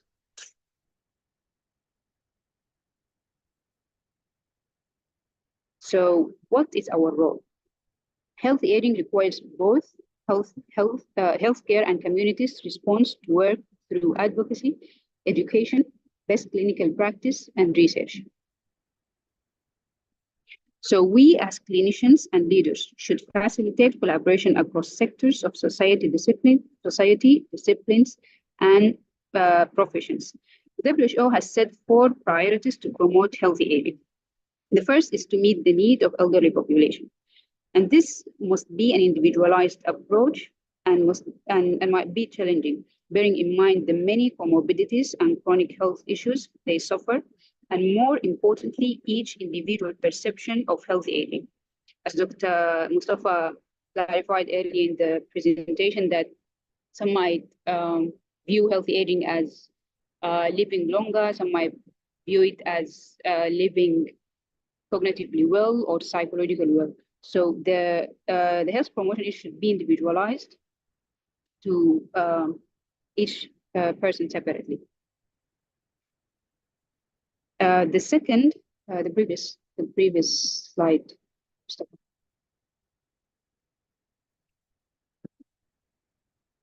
So as we said, the first priority is to meet the needs of elderly population. The second is to provide long-term care facilities. The third is to provide an opportunity to grow and in an age-friendly environment, and to have a better monitoring and understanding to overcome knowledge gap. So we as educators should combat ageism, working at the individual and public health levels, educating them to have an appropriate expectations about aging, as well as to change the perception of all the adults themselves about their values as all the adults, and to train students to promote compassion, respect, and dignity across ages. So as clinicians, we have to optimize functional status, replace the staying young term with concepts of engagement, participation, contribution, interconnectedness, and activity. So the medical annual wellness visit is a way by which the American Geriatric Society supports interaction between providers and patients. As researchers, we need better evidence to inform our understanding of the biomedical and psychological determinants of healthy aging. So that's all. Thank you. Any questions?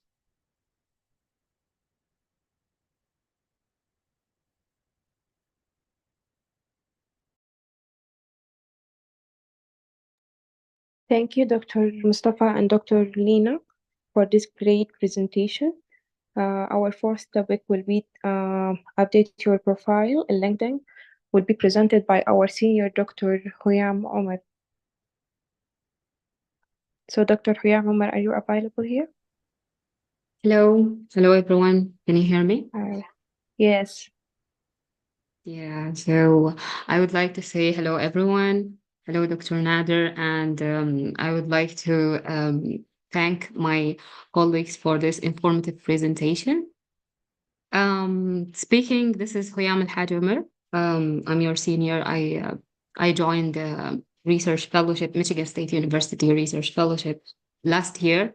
And, I matched this year, and hopefully today I will be providing some informative presentation to all of you that will help you through the process of the match and the preparation.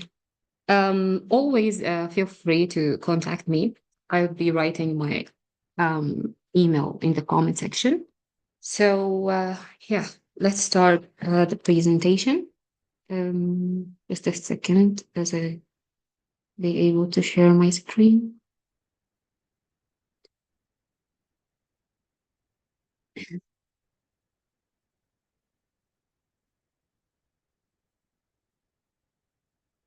Just to be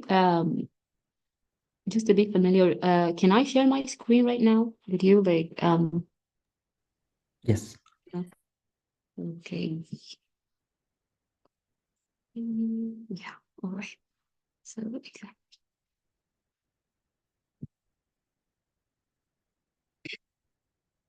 Do you see my screen, everyone?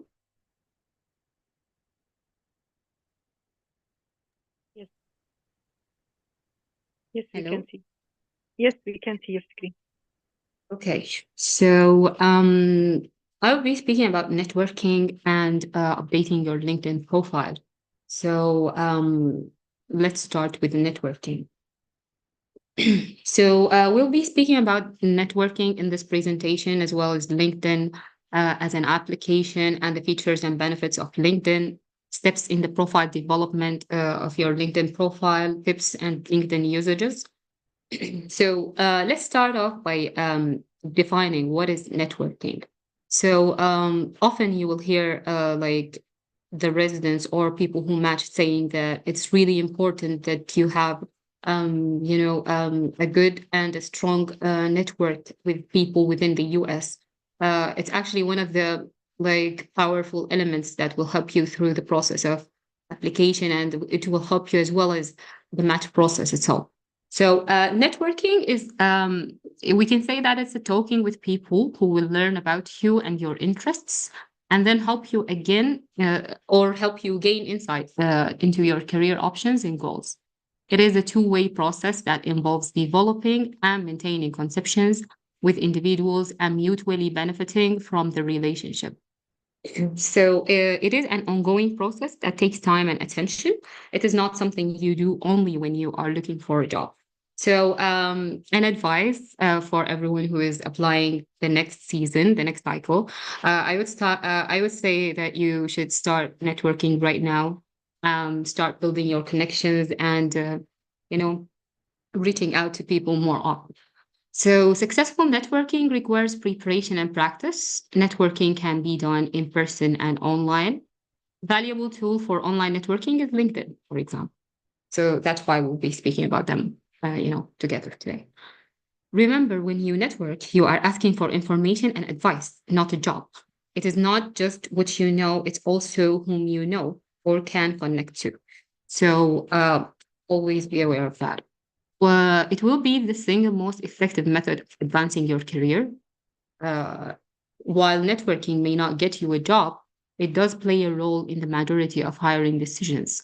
So let's say you started to actually to connect with a group of people, or you started to connect or to network with personnel within the US.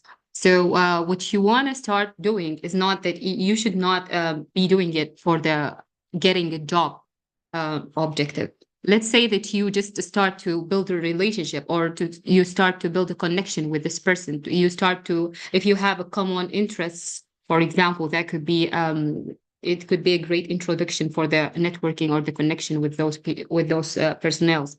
As they say, many job vaccines are never advertised, but instead filled through some form of personnel or professional referrals. Employers prefer to hire candidates that they have met or those referred by a trusted source.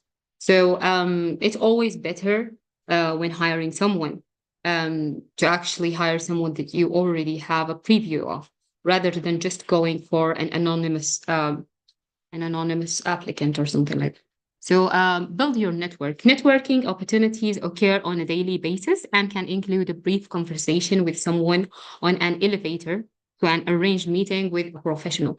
So as we previously mentioned, networking is comprised both. It could be like live networking or in-person networking. That definitely has it has a stronger foundation, and it will build a deeper connection with the people. But you can also network through the second type of networking, which is online networking. As we mentioned, LinkedIn, and trying to always reach out to your seniors. Identify all people whom you come in contact with through your activities. These can include your friends, classmates, their parents and family members, neighbors, your relatives and extended family, former and current employers and co-workers, members and alumni of professional associations, clubs and organizations, coaches, staff, faculty, or academic advisors, alumni of any school you have attended.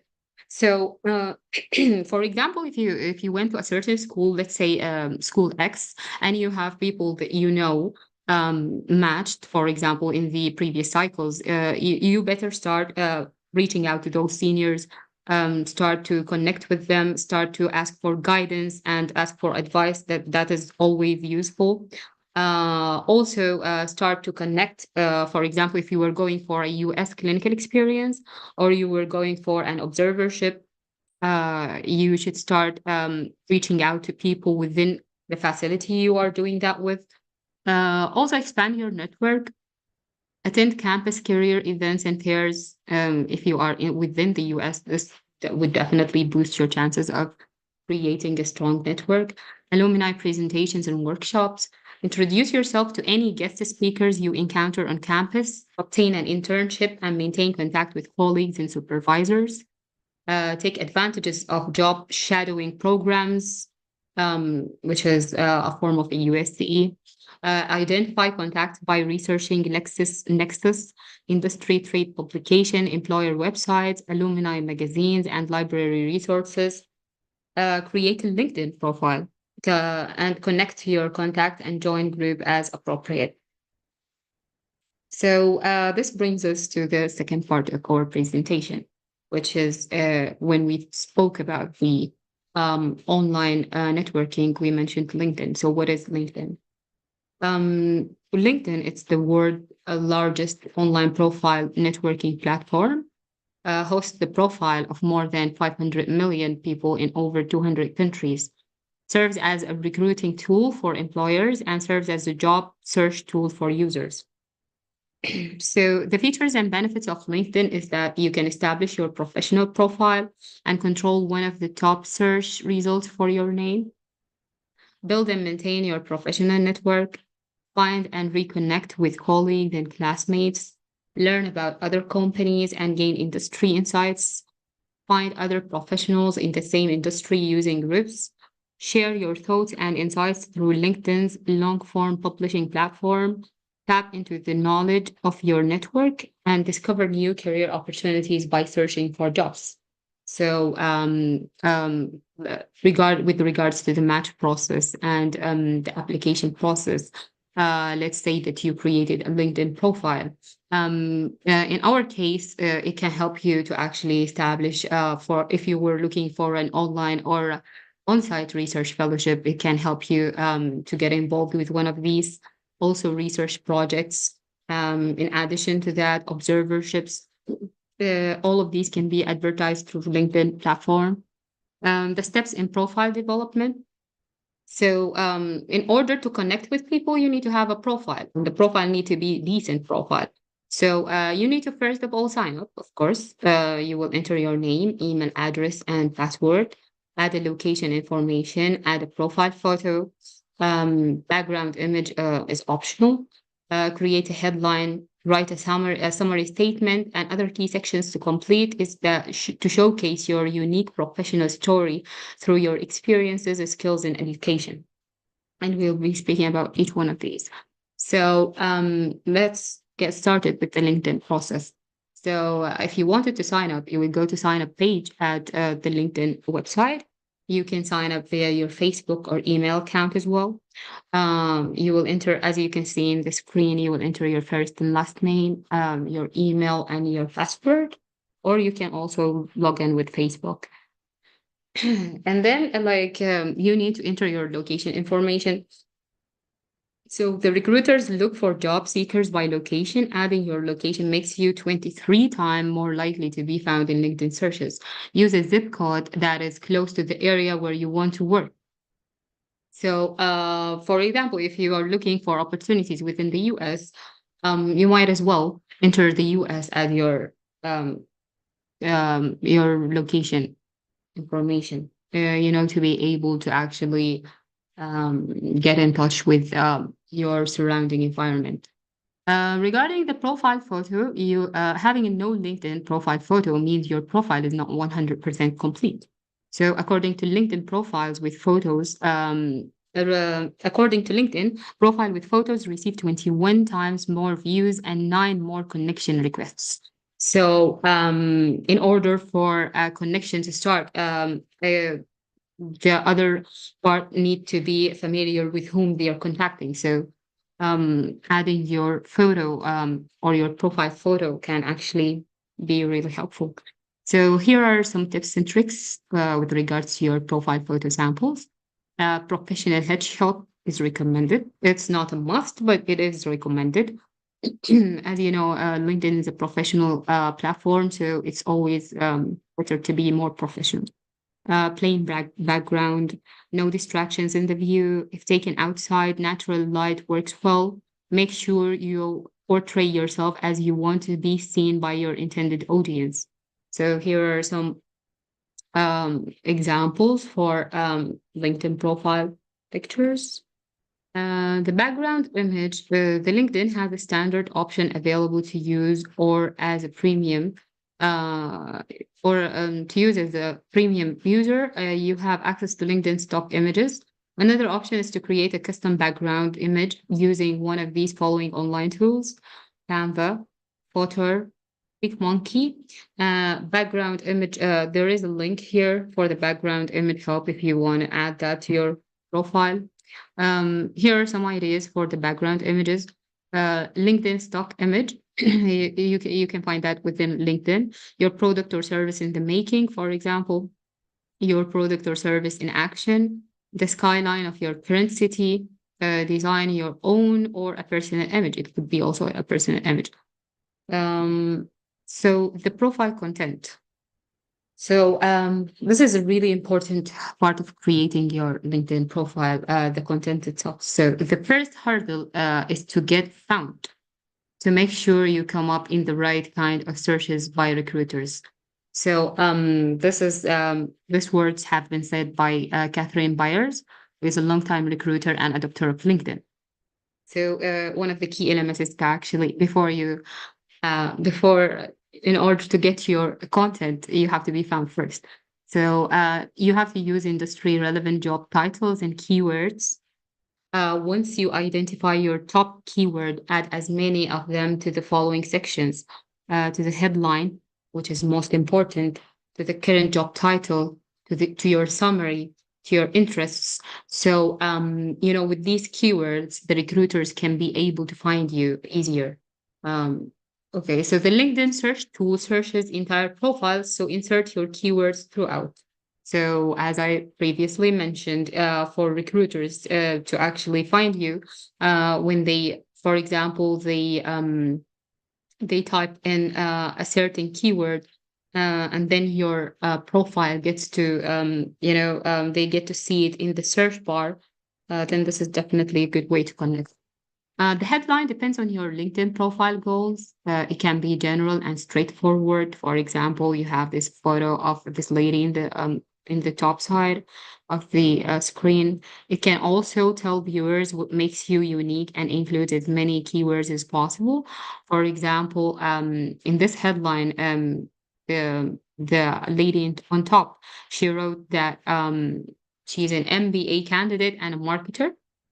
And those were the only keywords that she entered. And you can see in the bottom, there is another person who is adding empowering people to live healthier, happier lives, keynote speaker, corporate wellness trainer, US Army vet. So as I previously mentioned, the more you add, the more it makes you easier to be found. We have a summary statement within the profile creation page in LinkedIn. So in the summary statement, you can write the main place for you to stand out. It is, you should add a story element to your experience and your aspirations. You should be concise, as the name implies, it's a summary. So you don't want to be really thorough with that. You can be concise with your experience, qualification, and goals with a compelling narrative weaved throughout, if possible. Describe what motivates you, what you have done and are skilled at. Use keywords and phrases that recruiters might search for, again, within the summary statement. Like, for example, product management, graphic design, data analysis, and so on. So how to write a stellar summary. Here are tips for writing a stellar summary. Set the scene. What is your ideal audience? What do you want them to know and learn or do? And how do you want to make them feel? And then you should collect content, what you do, accomplishments, values, and passions, your superpowers, interesting stats, differentiation, validation, back up what you're saying. So you can, if you answer those two questions in addition to the content, collection, you'll be ending up with stellar summary. So, for example, here we have a sample, like of a summary. So the sample student said that he is a second year business administration undergraduate student at UC Riverside with an interest in marketing, advertising, and social media, seeking a summer internship to apply my experience assisting a company's branding needs through social media outreach, developing marketing plans, digital marketing, and conducting customer research. Specialties, event planning, social networking and marketing, account management, Microsoft Offices, and Adobe CS5 suite. So as you can see that he kept it pretty concise, and he added he basically advertised displayed what the recruiters in his field might need to be the qualities of their recruiters. And with regards to the education, there is a section also when you create your profile with the education. So with regards to the education is always the foundation. Members who list a school get 10 times more views on average. Add your school, major, and degree name. Include clubs you led and honors you have earned. These might seem the second part of the education where you include clubs or honors that you have earned might seem trivial to you, but it actually adds to your CV also or your LinkedIn profile. For example, you can see here that this is a person who wrote that they graduated from North Carolina State University, Bachelor of Arts, English, language writing, and rhetoric. And so he wrote that he did not graduate, so they wrote what they are supposed to be graduating with, minor in French and the activity then to society. They added, so basically they did not only add their academic part, they added also the clubs and, if they have any associations or, organizations that they are involved with. So the experiences, also there is a section of the experiences in addition to the education section.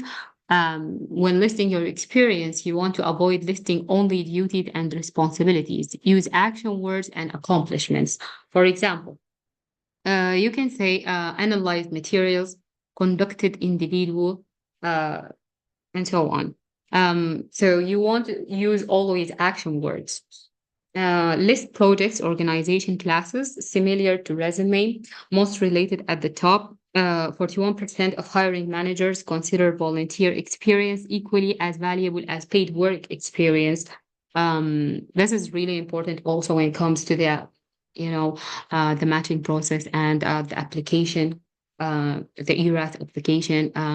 When it comes to your volunteering experience, this adds a lot to your CV. So you want to focus on that as well. For example, here you have a sample. So this is someone who have, who wrote that they participated within the Lead Footwear Authority, the Sports Authority. And so they wrote that they effectively led the sales team by utilizing reports, analytics, and goal-setting techniques to drive sales and positive customer service, oversaw the sales floor and advised customers based on their needs and wants, train, develop, and supervise new sales associates. If you notice here that this person, mainly within the experience section, they used action words. So this is really important. Facilitated promotional booth at trade shows and community events, reported to regional management to continuously improve the store's product assortment, worked with Under Armour on 2 in-store advertising campaigns. So, for example, if you wanted to list, let's say, an observership or an externship that you participated with, you can say that I examined patient. For example, you clerked patients. You took history from patients. You want to always, start with action words. With regards to skills, there is also a section with the title skills in the LinkedIn profile. So you want to list tangible skills that you are comfortable using in the workplace. Skills can be acquired on the job or in the school. For example, speak Mandarin, know Java programming. If you speak another language, or if you have a previous knowledge with a specific app, let's say SPSS, for example, you can add something like that. So here they said that 17% more profiles views with 5+ skills are listed. So the more skills you have, the better CV. Tips to get you started. You want to complete your profile, claim your unique URL so you can be sharing it with other people on the social media platforms. Participate in groups, connect with people you know, like for example, friends, family, classmates, mentors, teachers, and professors. Use the alumni tool. This is really important again and again. It's always better to connect with your alumni. It will create more or stronger networking opportunities for you as they walk the process for you. Actively update your profile. Always, for example, if you let's say that you published a new paper, you should update your profile with that. If you have, participated in a conference, you should also add that. Participate in groups. So there is something that is called the LinkedIn groups. So what are the LinkedIn groups? The LinkedIn groups are hubs on LinkedIn, which provide a place for professionals in the same industry or with similar interests to share content, find answers, post and view jobs, make business contacts, and establish themselves as industry experts. Being an active participant in a group can help you network with other professionals in your field, especially those outside your immediate circle. So this is the way of getting in touch with like for example, people who you don't know, but you want to be surrounded by a certain environment or certain surroundings. Then you should enter groups, for example, the research groups, and so on. So the final words, you should use LinkedIn to browse job description, set up job alerts also. If you were looking for an elective or if you were looking for an externship, you can, browse that within the search bar. You should also, if you have like a certain page that advertise specific electives or externships, you can set up an alert for that page. You should also, of course, follow companies, influencers, industries, trends, and news. Always follow, for example, the with the LinkedIn algorithm, it will bring for you what your followers, whom you're following activities. For example, let's say you are following someone who is a research fellow at Mayo Clinic. So whatever that person likes or shares or update their profile with, you will get access to see that. So always make sure that you follow people who you can benefit from their online activities. So as you can see here, just a sec, you can see here that this is the employer, and then the employer enters LinkedIn. And then after that, with the LinkedIn, there happens the networking and then the recruitment process. So it all starts with LinkedIn in so many cases. So this is additional resources. Student job seekers, tips to building the perfect LinkedIn profile. You can find it here. And the LinkedIn etiquette, 20 things to do and to don't. You can also find it here. And here is a book reference. It's talking about how to write a killer LinkedIn profile. You can also refer to that. And thank you for this presentation. Just a second.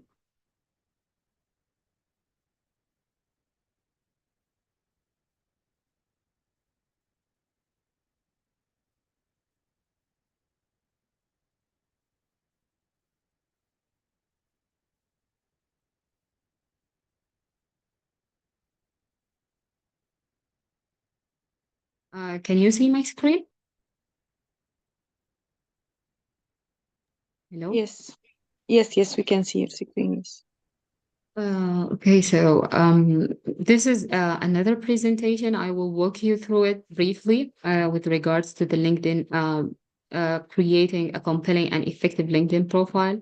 So as we said, that LinkedIn is an online networking tool, and 93% of the recruiters are using LinkedIn to find their future employees, and almost 100% use it initially to screen applicants.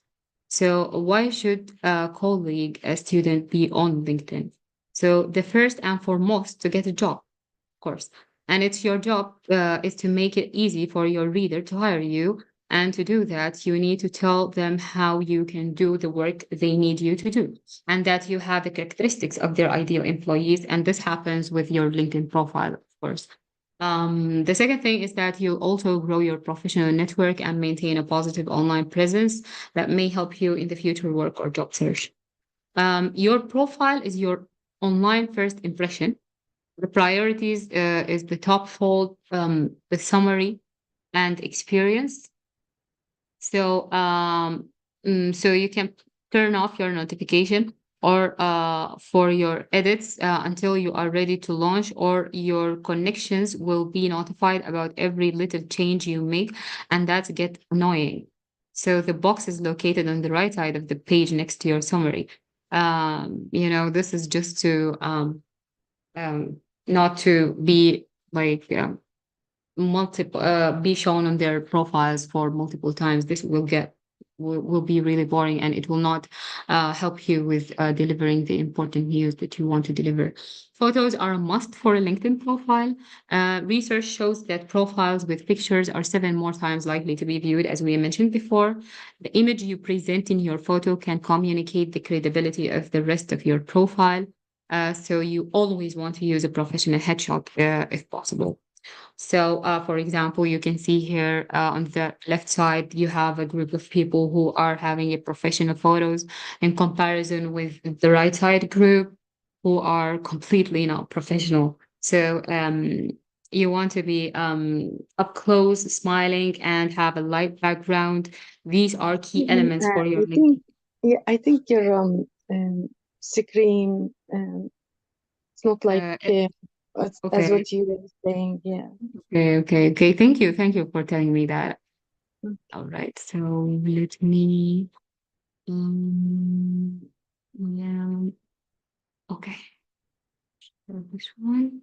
Can you see this one? Yes. Now it's clear. Yep. Thank you. Okay. Thank you. Thank you for notifying me. So as I mentioned before, these are a group of people who have professional headshots in comparison to the right side, which are people who do not have professional shots. You want your profile picture to be up close, smiling, and with a light background. Those are key elements for your LinkedIn profile picture. Also, your headline, you have to showcase your specialty within that headline. For example, you have here, this is Jane, student. She has a bachelor's with mechanical engineering, Michigan Tech, manufacturing, new product design, mechatronics. So this is someone who added the keywords that the recruiters might be looking for, as we previously mentioned. And then we have here, this is someone who wrote John student, dining services supervisor at Michigan Technological University. So a detailed LinkedIn headline is critically increasing your findability to be found, creating your professional credibility, and motivating your audience to keep reading the rest of your profile. In editing mode, simply hover over your current headlines and click on the pencil and update accordingly, utilizing the entire space, and use keywords that effectively identify your expertise, focus, and experience. In the editing mode, click on the pencil that pops up next to your headline, then change your headline, save, and check to see how it looks in each line.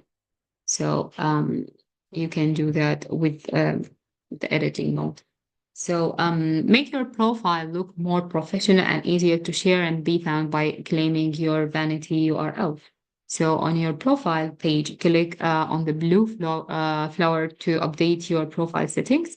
And then in the upper right-hand corner, select the editing pen to take off the numbers from your URL. It will then look nice and clean and less confusing.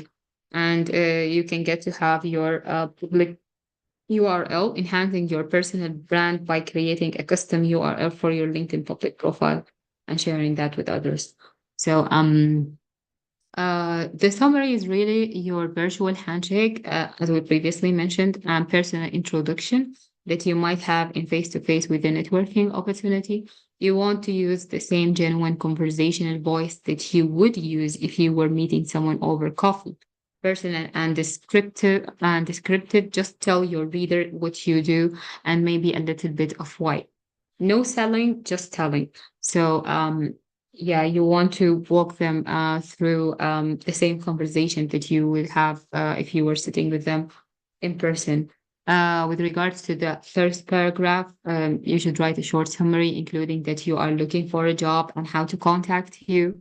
For example, you can say, I'm a second-year chemical engineering student at Michigan Tech seeking a summer 2016 internship.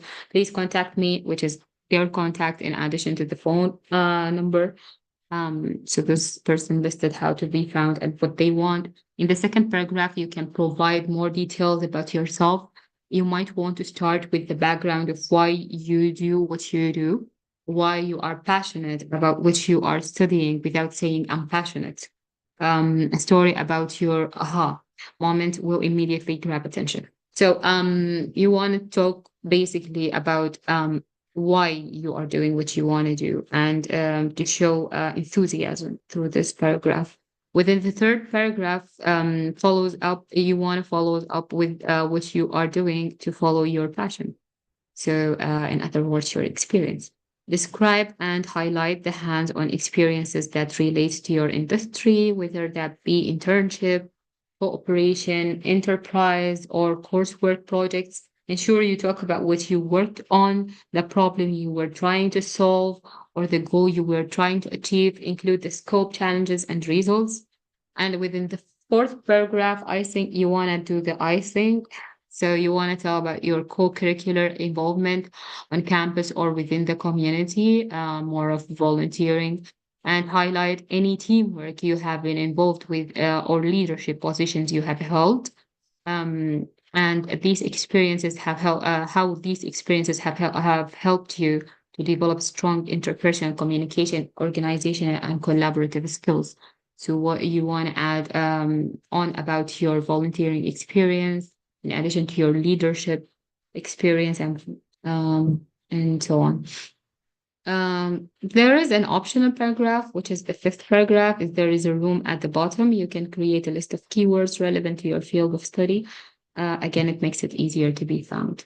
So with regard to summary tips, you can write in a first person, apply keywords always, and you should apply them carefully. The keywords are effective, but they need to be placed within the context of your story as it outlines your experience. Use numerous paragraphs that are conversational bullets, and this allows the reader to segment a lot of information about you. This always seems more readable than a large group of text. Again, just tell, no need to sell, and keep revising the whole process. Most readers can't spend the time reading your full profile initially. Once they are intrigued by your resume, they may want to download your resume before returning to read more of your profile. So you want to make it easy for them to find it with the keywords, as we previously mentioned. So here you have a example. This is an example of a summary. So you can find that this is people who wrote who followed what we said previously. They wrote in the first paragraph who they are, mechanical engineers, and what they're looking for. And in the second part, they wrote about their experiences and their education. And in the third part, they spoke about their volunteering and leadership roles. In the last thing, they spoke about how this experience influenced them. So you can see that this is one of the summaries. It has it included the keywords that we were looking for, or the recruiter might be looking for, and it is following the steps that we usually said. So you have within the experience, we have the relevant. You have to write the relevant first, of course. Let's say you are applying for a research opportunity, then you would have to actually list your research experiences first, and then go to the clinical experiences. So you have to write the company name, and you have to describe what you were doing. Make sure that you highlight your experiences that relate to the industry need, and cut and paste from your resume or your resume addendum. And you will no doubt have more room on your LinkedIn profile than on your resume to give lengthy, detailed description of your hands-on experience. Add relevant and rich media, images of posters or videos or so on. For example, here, let's speak about the education. So you want to write where you studied at Michigan Technological University, and then your degree, for example, and your expected graduation, if you didn't graduate yet, and the field of the study and the grades, and you can add co-curricular involvement and describe what you have done. So this can include your GPA and field industry-related coursework. And within the rest, you should fill in the fields that are not directly relevant to your field, but that describe more about you. Tell about your volunteer passions, causes, and organization you belong to. These might be commonalities between you and a potential employer, and a great way to make your initial connection. You can mention it in your personal invitation to connect. Move each section to location of your prioritization. Again, think of importance to your reader. Many of these categories you should have already covered much higher in your profile, but because every reader chooses a different places to start, repetition is good. So these are other sections to consider: the volunteering opportunities, honors and awards, publications, organizations, test scores, patents. In the top fold, you want to ensure your headline describes exactly who you are, including your specialties, and that you have a professional photo, of course. The summary, you want the first line to tell your reader who you are, what you want, and how they can contact you. After that, you make sure that your summary is more of a story that answers, tell me about yourself. Why do you want to? Why do you do what you do? And why do you love it? Tell about your aha moment. Remember to describe the accomplishment you are most proud of. And within the experience section, you want to make this a function, not chronological part. Include relevant work and projects that describe your hands-on experience and makes them know you can do the work, of course. So this is an invitation for a career service if you're interested with that. And this concludes our session for today. If there are any questions, I would be happy to help. And thank you.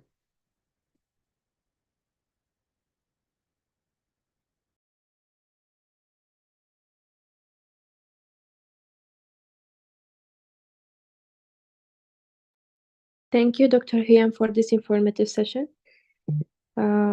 If anyone have question, can proceed, please. You're welcome. Congratulations on your matching. Thank you. Thank you. You're welcome. Hope to see you next cycle within, your preferred specialties and matching as well. Thank you, Dr. Hiam. So our last topic today for this meeting will be how to write an abstract. We're gonna present it by me and Dr. Dalia. So Dr. Dalia, are you here with me to share the screen? Yes. Hi, how are you? How's everyone doing? Can you hear me, guys? Yes. Okay, so should I share the screen? Yes. Okay, let's see. Okay, I think I need to be the host so I could share the Yes. screen. And try it again, Dr. Dalia. Okay. And thank you so much, Dr. Huyam, for a great presentation. Welcome, Dr. Nader, and thank you for giving us this great opportunity. I'm always proud to be a part of this team. Thank you for all what you're doing to the upcoming applicants and the residents as well. We're still learning from you, and we're very thankful for this opportunity. Thanks once again, and good luck with the next step, next chapter. Congratulations. Thank you. Thank you. Go ahead, So, Dalia and Alaa. can you Go see ahead. my screen? Yes. Okay. So I'm going to start the first part of the presentation, and my colleague Dalia will to continue after I finish. Okay. Our topic today is how to write an abstract. So our objective of this presentation, we will define the abstract. What is the abstract? And the second point will be how to write an abstract in simple formula. We will share with you some simple formula to help you in writing this abstract. So firstly, I will start by defining the abstract. The abstract is a very concise statement of the major element of your research project. It states the purpose and methods and finding of your research project. So writing an abstract can be one of the most difficult part of research paper, of writing a peer-reviewed paper or research report. Here today, I'm going to share with you a simple formula for writing a clear and effective abstract. There are some super simple formulas for writing an abstract. So in this presentation, we are going to go through all of them now. The thing is there is a plenty of different type of abstract. They are research report or peer review papers. There is a thesis. There are so many different type. No matter what type of abstract you are writing, we generally follow this simple structure and formula. The first is the background. Then you may talk about the current state of literature in no more than 2 sentences. Then a very important part is the problem statement, which is answering the question, what is the problem? Is your thesis or your research report actually addressing? Then we're going to look at the methods, which is answer the question, what did you use to solve the problem?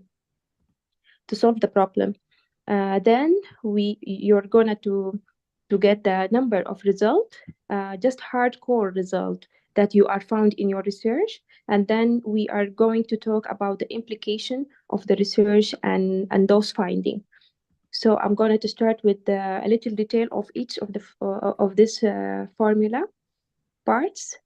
Firstly, I would going to talk about the background.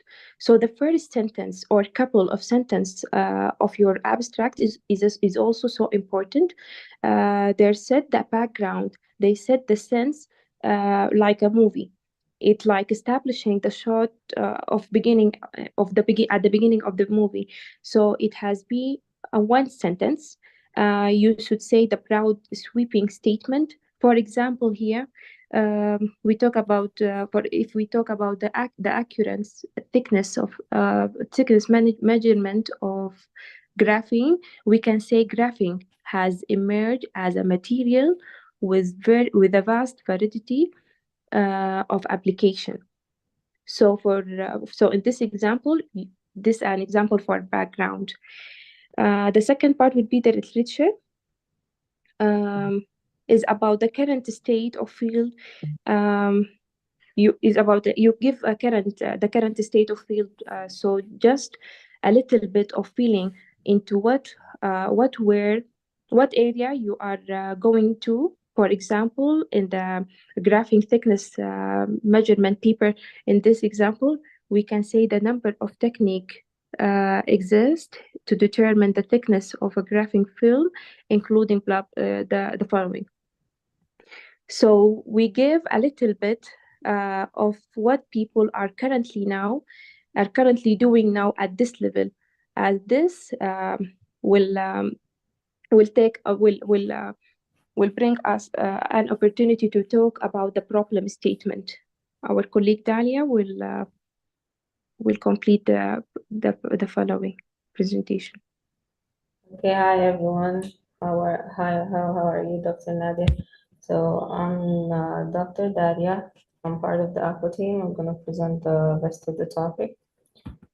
Starting with the problem. So in a research problem, you should explain the problem and why is your research important and why is it different from other researches, since there is so many other researches out there.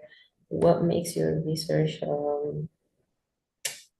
what makes it matter? Like, so first of all, let me give you an example and walk you through an example as I read this slide. So an example is, if we're making a research about social media influence on teenagers, okay, like psychological illnesses on their mental health. So this topic is this topic like been discussed a lot. What makes my research different? So this is what specific question aspect remains unclear that other researchers haven't made clear. So we say that, for example, in my current example, I'm saying that we are looking for something that never has been studied or is little known. For example, the using of a specific platform may differentiate impact, have differentiate a different impact on mental health. For example, the app that, I'm not going to say a specific app, but the app that you use to upload your photos and have different impacts than other social media platforms.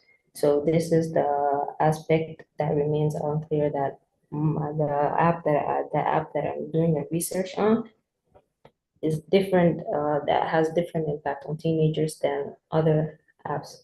And the hypothesis being tested, I'm gonna say the hypothesis that I want to study is that the great time being spent on this certain app that I choose would predict higher symptoms of the psychological illness due to its emphasis on social comparison, or like people would feel that there is a FOMO, like fear of missing out. So when this is a hypothesis that I have about this app, that it has it does this to teenagers, and then a brief rationale for why addressing this gap is important.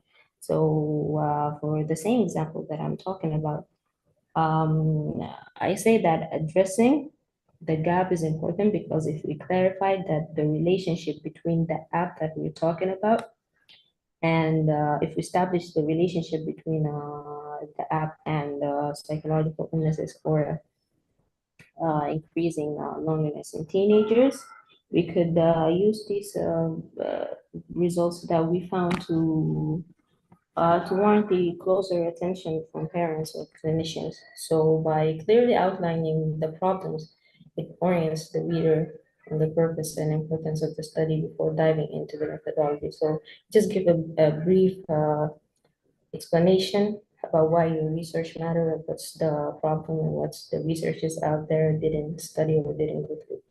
So the next thing is methods. In methods, you just have to go in and be like, use this one method. I'm sorry, guys. Sorry. So I'm sorry, in methods, you just have to go in and be like, use this method and this method. For example, the method should briefly be clearly describing the study design, like is it cross-sectional, is it observational, is it a cohort, whatever. And the participant, like the sample size, the procedure, the measures,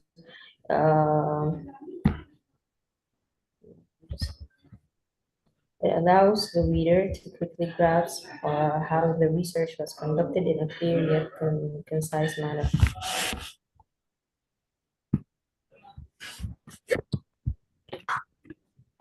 Okay, so I'm just having a problem. Sorry, I'm just having a problem.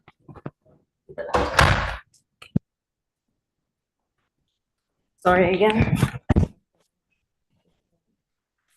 Okay, so the next thing is the results. You should give a brief, not more than like 5 sentences or like a paragraph about the result, about the result, and you should talk about the biggest things, not everything you found out in the research, like the biggest results that you found. And you should not give like you should give big results, not details. You should not give emphasize the not like shouldn't be giving detailed results as in the report down there. They're gonna be a detailed results.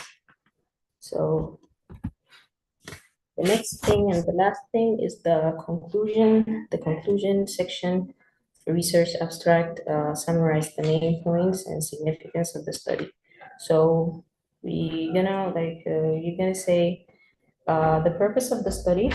For example, in our study we have, for example, in our study we have found that there is a relation between spending greater time in a specific platform and loneliness in teenagers. And just tying up results between results that I found and discussing the implication. What is implications?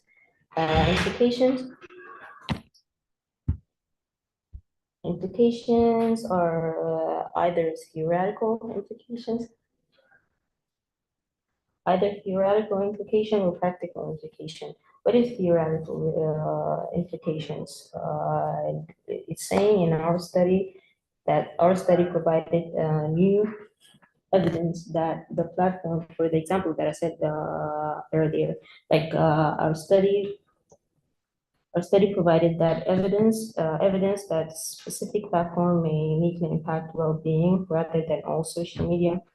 So overall, in theoretical implication, you should say how much your study contributed to the academic body of knowledge, expanding or challenging theories. In the practical section of the implication, you should focus on real-world application, like helping shape interventions, policies, and so, for example, for the same example that I said earlier, the social media one, you should say that maybe a practical intervention is that platform designers might want to consider designs features that mitigate negative impacts that we identified in our research. So, and limitation is briefly note any limitation in design measures like biases. So the purpose of mentioning limitation is not to attack your own work, but to acknowledge areas for improvement in further and future improvement, and also acknowledge that research is not perfect and leave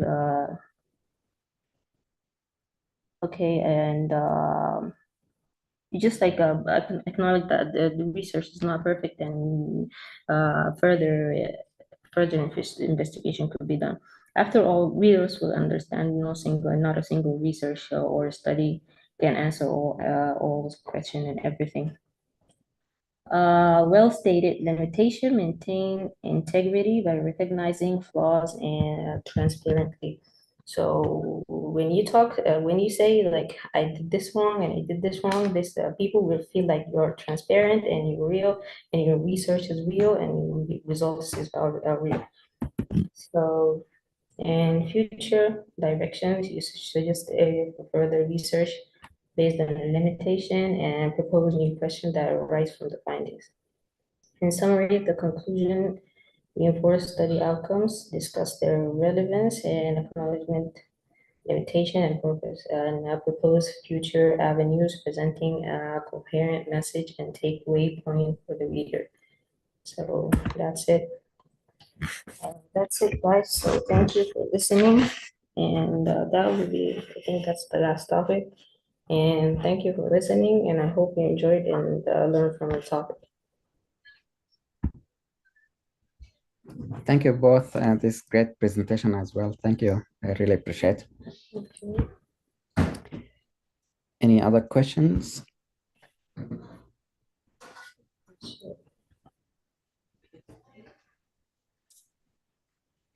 Any updates? Anything new or updates as far as your projects?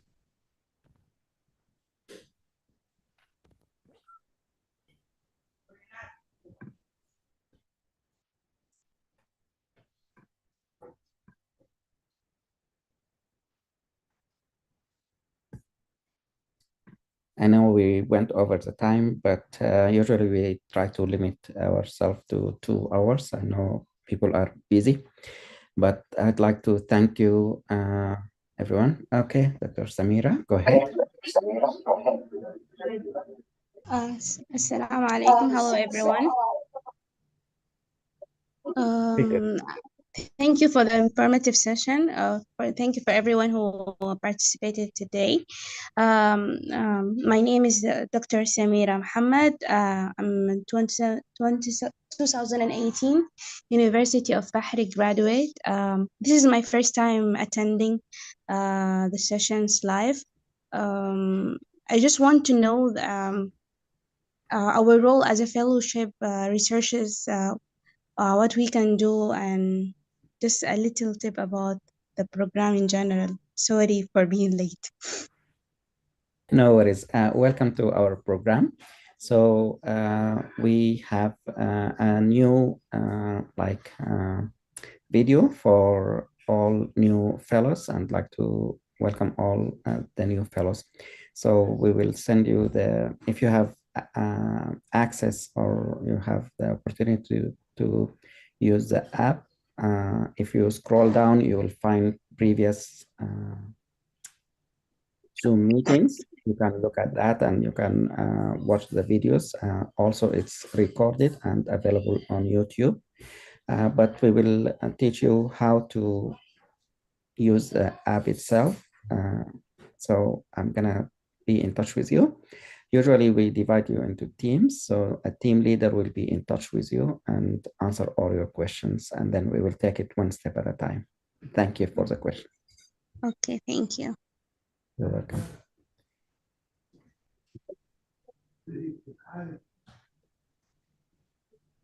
So if there are no more questions, I'd like to thank you all for great presentations today, and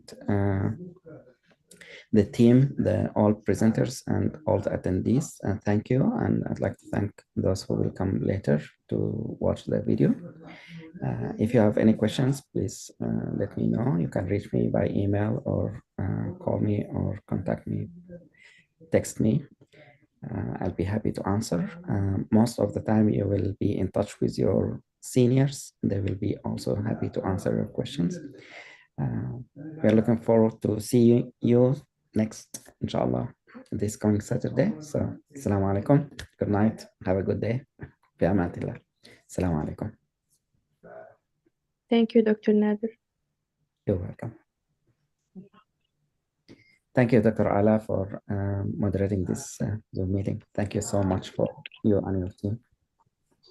Thank you, Dr. Nader. You are welcome, Dr. Nader. Have a wonderful day.